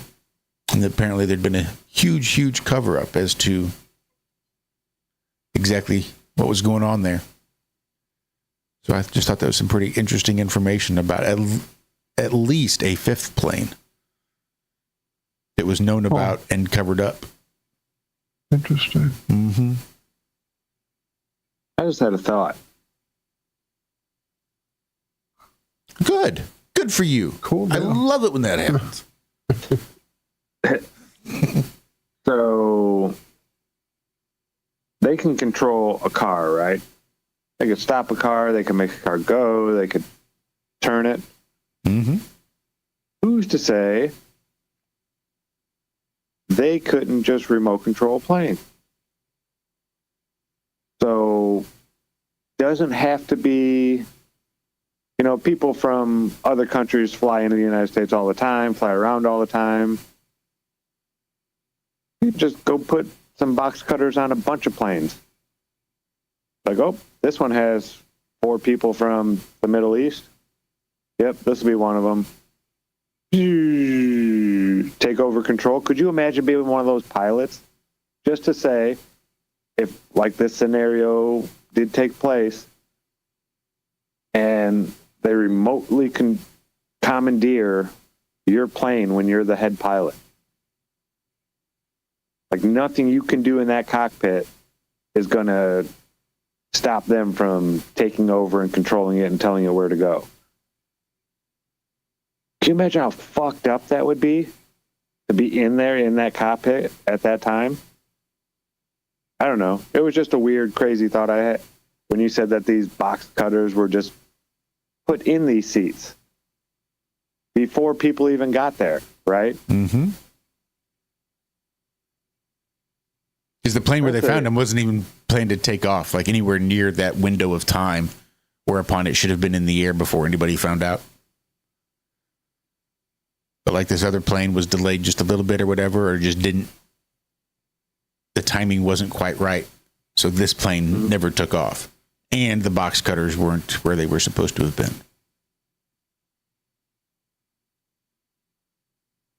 Just weird.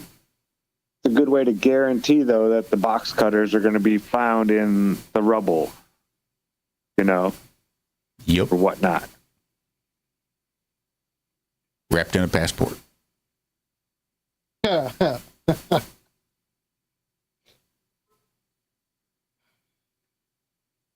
That's crazy.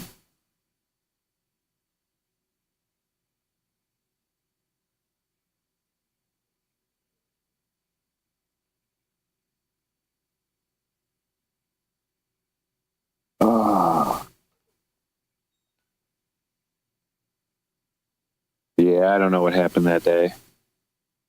I know So how many? What was it? 14 trillion? Some ungodly amount. Had just been announced the day before. And just so happenstance, all the information and records where all this information was held was in the Pentagon and the World Trade Centers. The wing of the Pentagon that was hit, mind you.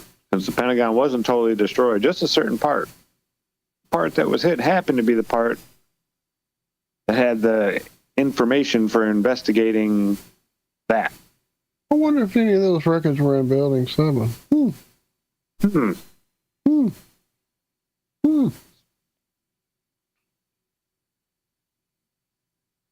Well, that's why it collapsed. Office fires. Right. What other paper would have been there? Had to have been all the paper. All them records. Yeah, it's just crazy.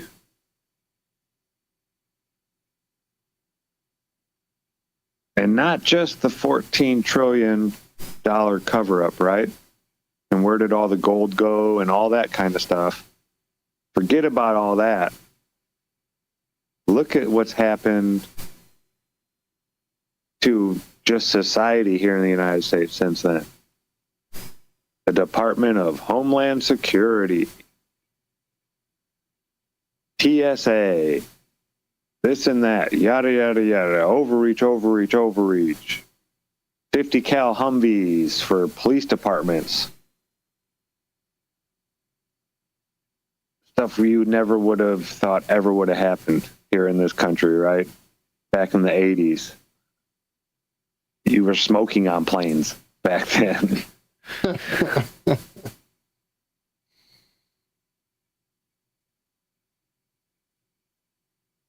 Yeah, the Patriot Act, the NDA Act. Yeah. Yep.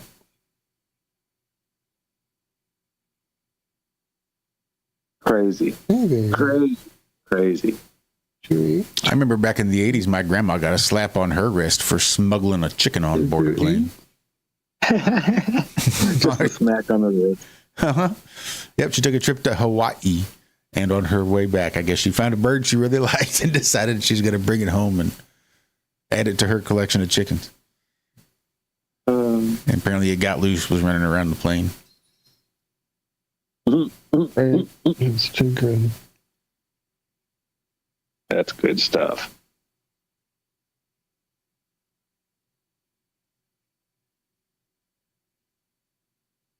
Oh no. Uh-oh.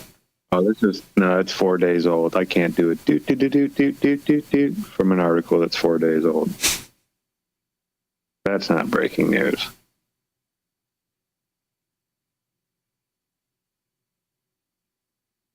Yeah, some of the YouTube videos I was seeing about it, though, oh my God, these people were, it's half the size of the sun. It's, oh my goodness. It's moving, it's slowing down. It's slowing down. It's intelligent.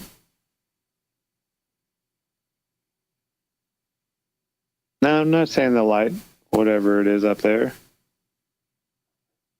isn't intelligent.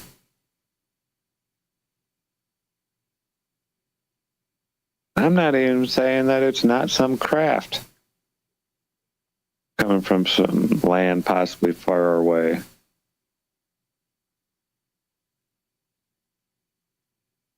But I don't think it's moving 130,000 miles an hour and is 290 million miles or whatever away from Earth, blah, blah, blah, blah, all the crap that they're saying. I'm not buying any of that stuff. But I don't know what's up there. I've seen some things, though. That night vision, there's stuff up there moving around that I can explain how it's doing it.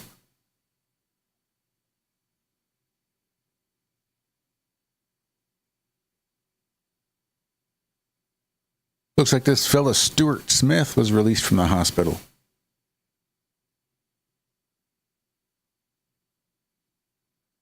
Oh, good. Okay. Good for Stewart. Good for Stewart. Stewart goes by another name, Sicko Stew. Ooh. Okay. Sicko Stew was put into the hospital by Rampage Jackson's son a couple weeks ago. Oh, I saw that one time. I didn't want to watch it again. Yeah, it weren't good. It looked pretty real. Oh, it was real. Like there was a whole backstory, and there it wasn't just Rampage Jackson jumped into the ring. There was like he was invited. There was a whole thing. Like some people knew it was going to happen. Some people didn't. Some people thought it was. There was a whole fucking thing. Like he was dealing with a concussion at the time.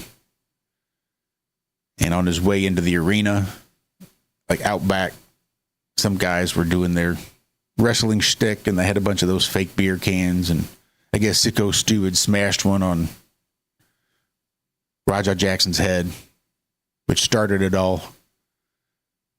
I guess the guy that invited Raja Jackson to be there was one of the wrestlers and said, you know what, why don't you just jump in the ring and get him back. And so he sat there during the rest of the wrestling matches, reading his comments on his live chat because he was streaming live at the time. And then he just got himself all worked up. Factor in maybe a TBI, reading the chat, and daddy issues. And he just went up there and unloaded in a way that was unscripted, right in the middle of a scripted wrestling match. I would think that there should be charges pressed. If not by the person that was attacked, then by the organization who put on the event. Last I heard, they didn't think that there were going to be any filed. I mean, that's obviously some form of assault. When you go beyond the script of what you're supposed to do and take it to the extremes of that measure. I mean, physically hurting somebody, on purpose without their consent. That's a crime.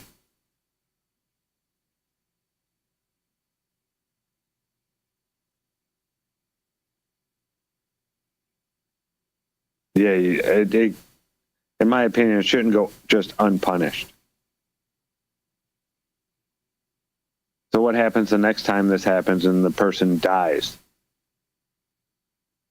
Is it then not murder?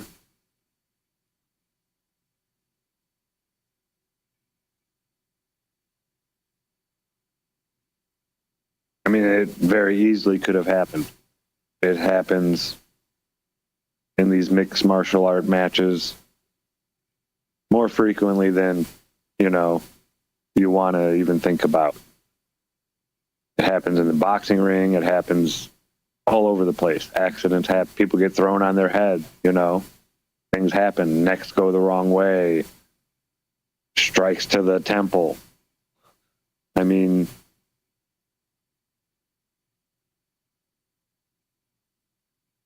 but yeah, to go in there thinking that this is scripted and, we're not really going at it to actually hurt each other and incapacitate one another to where that person can't fight, then I win.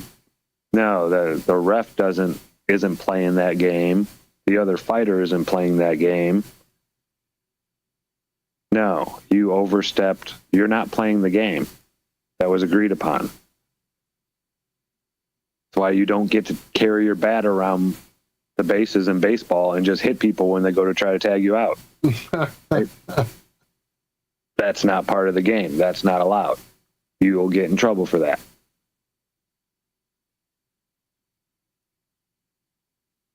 I don't know.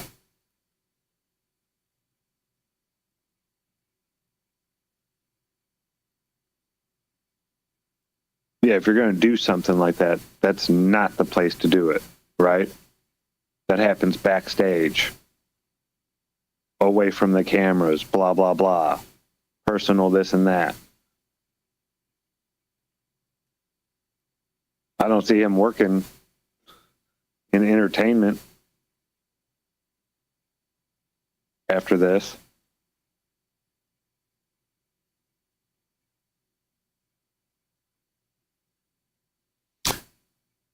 He's already been signed. See, that's what the fuck is going on with this place, dude? Right.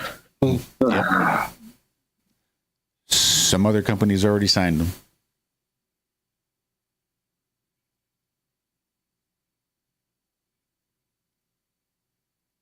That's just crazy.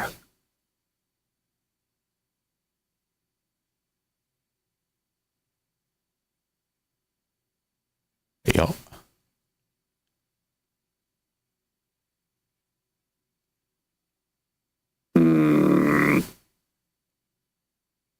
Ryobi pressure washers recalled. Over 780,000 of them. Recalled over explosions, it says. Do I click it? What kind of explosions are we talking about here? Is that injuries? Causing parts to be forcefully ejected. Ooh, that's not good. 41 reports of explosions that resulted in 32 injuries and or fractures to consumers' fingers, hands, face, and eyes.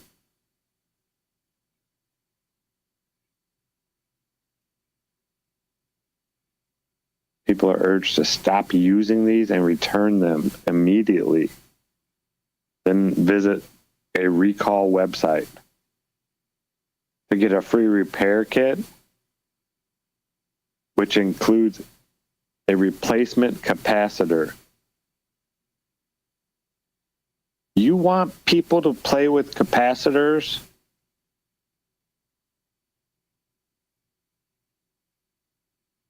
I don't know how strong this capacitor is, but capacitor, I mean, they can kill you. The big, like one in the old big screen TVs, those have been known to kill people. I don't know how big this capacitor is. I mean, some are very small and tiny, and you wouldn't even feel it if you discharged it, really. It's got such a small charge. There's capacitors and everything.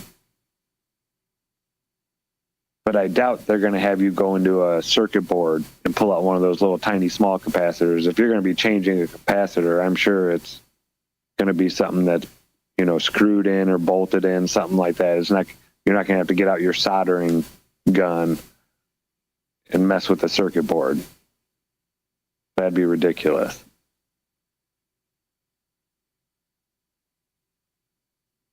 Doesn't really say.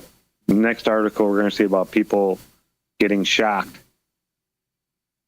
because Ryobi told them to change their capacitors and their whatever. Yeah, most likely. I mean, we have to put a thing saying don't drink it on paint cans. And you want people to change a capacitor.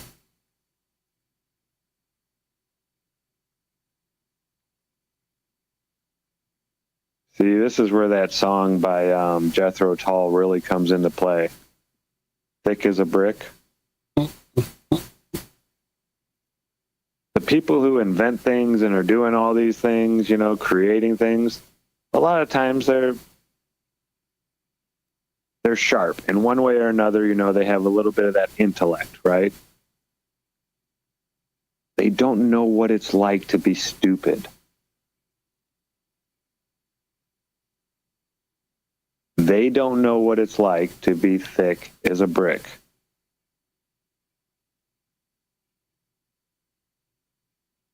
When you're, when some of the stuff I see people do, I can't imagine even trying that as an option to try to get a certain task done, right? Like the round peg is right here. You got the square, the triangle, and the circle. And they're constantly messing with the square and the triangle. And never go over to the circle and just slide it in. I can't understand that, right? I don't get that. Well, there are people out there that are like that.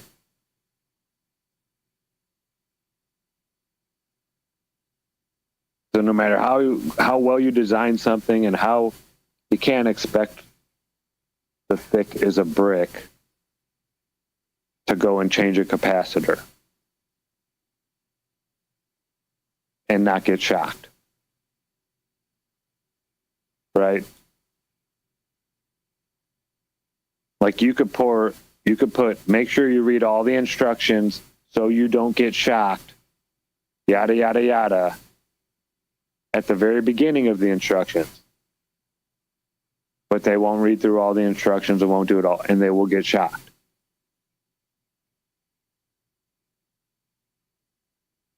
Yeah, I think it's just a bad idea.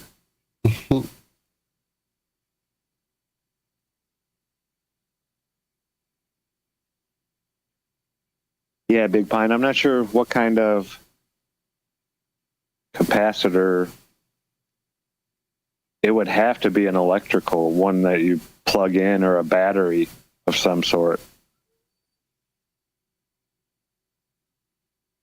I'm not sure. I don't even know if they make a battery power washer. I think those things consume quite a bit of power. I'm not sure, though.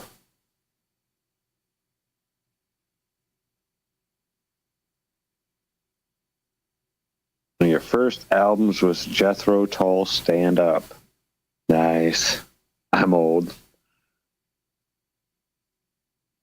Yeah, my neighbor introduced me to Jethro Tull riding to middle school, 8th grade, in his Chevy Camaro with T-tops. It was red. He'd probably still have the car today, but he lived across the street, and I was really good friends with his little brother. We were about the same age.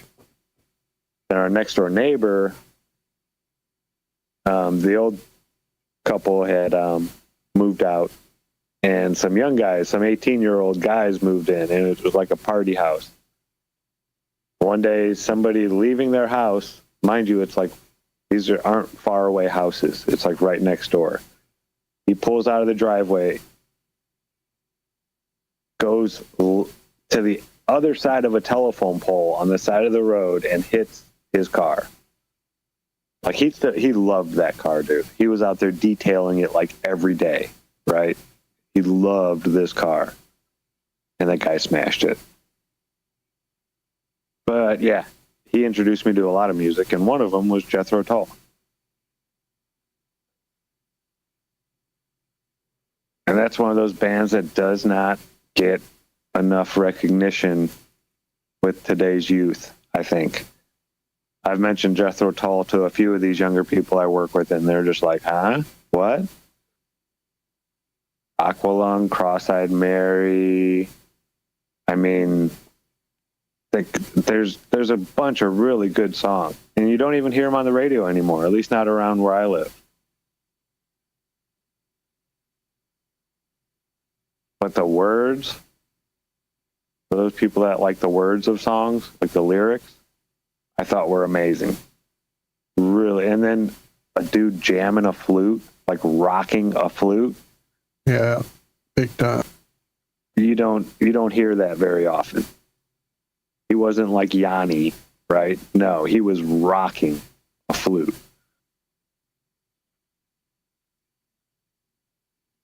Yeah, living in the past, skating away.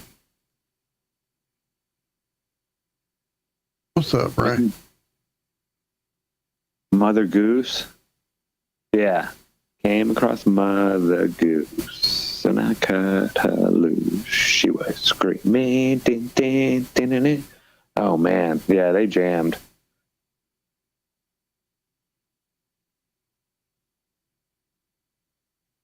wish we still played music. Listen to some Jethro Tull. Yeah. Yep. It's amazing how well your internet works now. It is unusual. Uh-huh.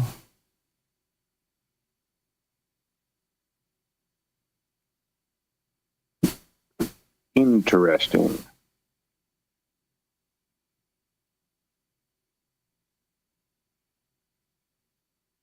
Well, how long are we going to do this, you think? My stomach is kind of getting grumpy. We can kill it whenever. I have no particular issues one way or the other. Okay. Well, I didn't know if you had a goal we were trying to reach. Or... Oh, yeah, that's me, Mr. Goal-oriented.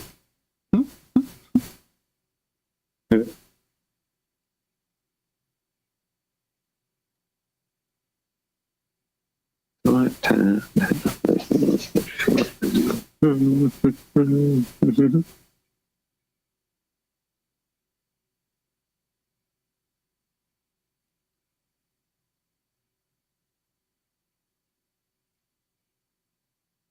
I'm just hungry, Ray. I'm sit here another 3 hours, me. But I am not hungry yet. Oh, there you go. You knew it was coming.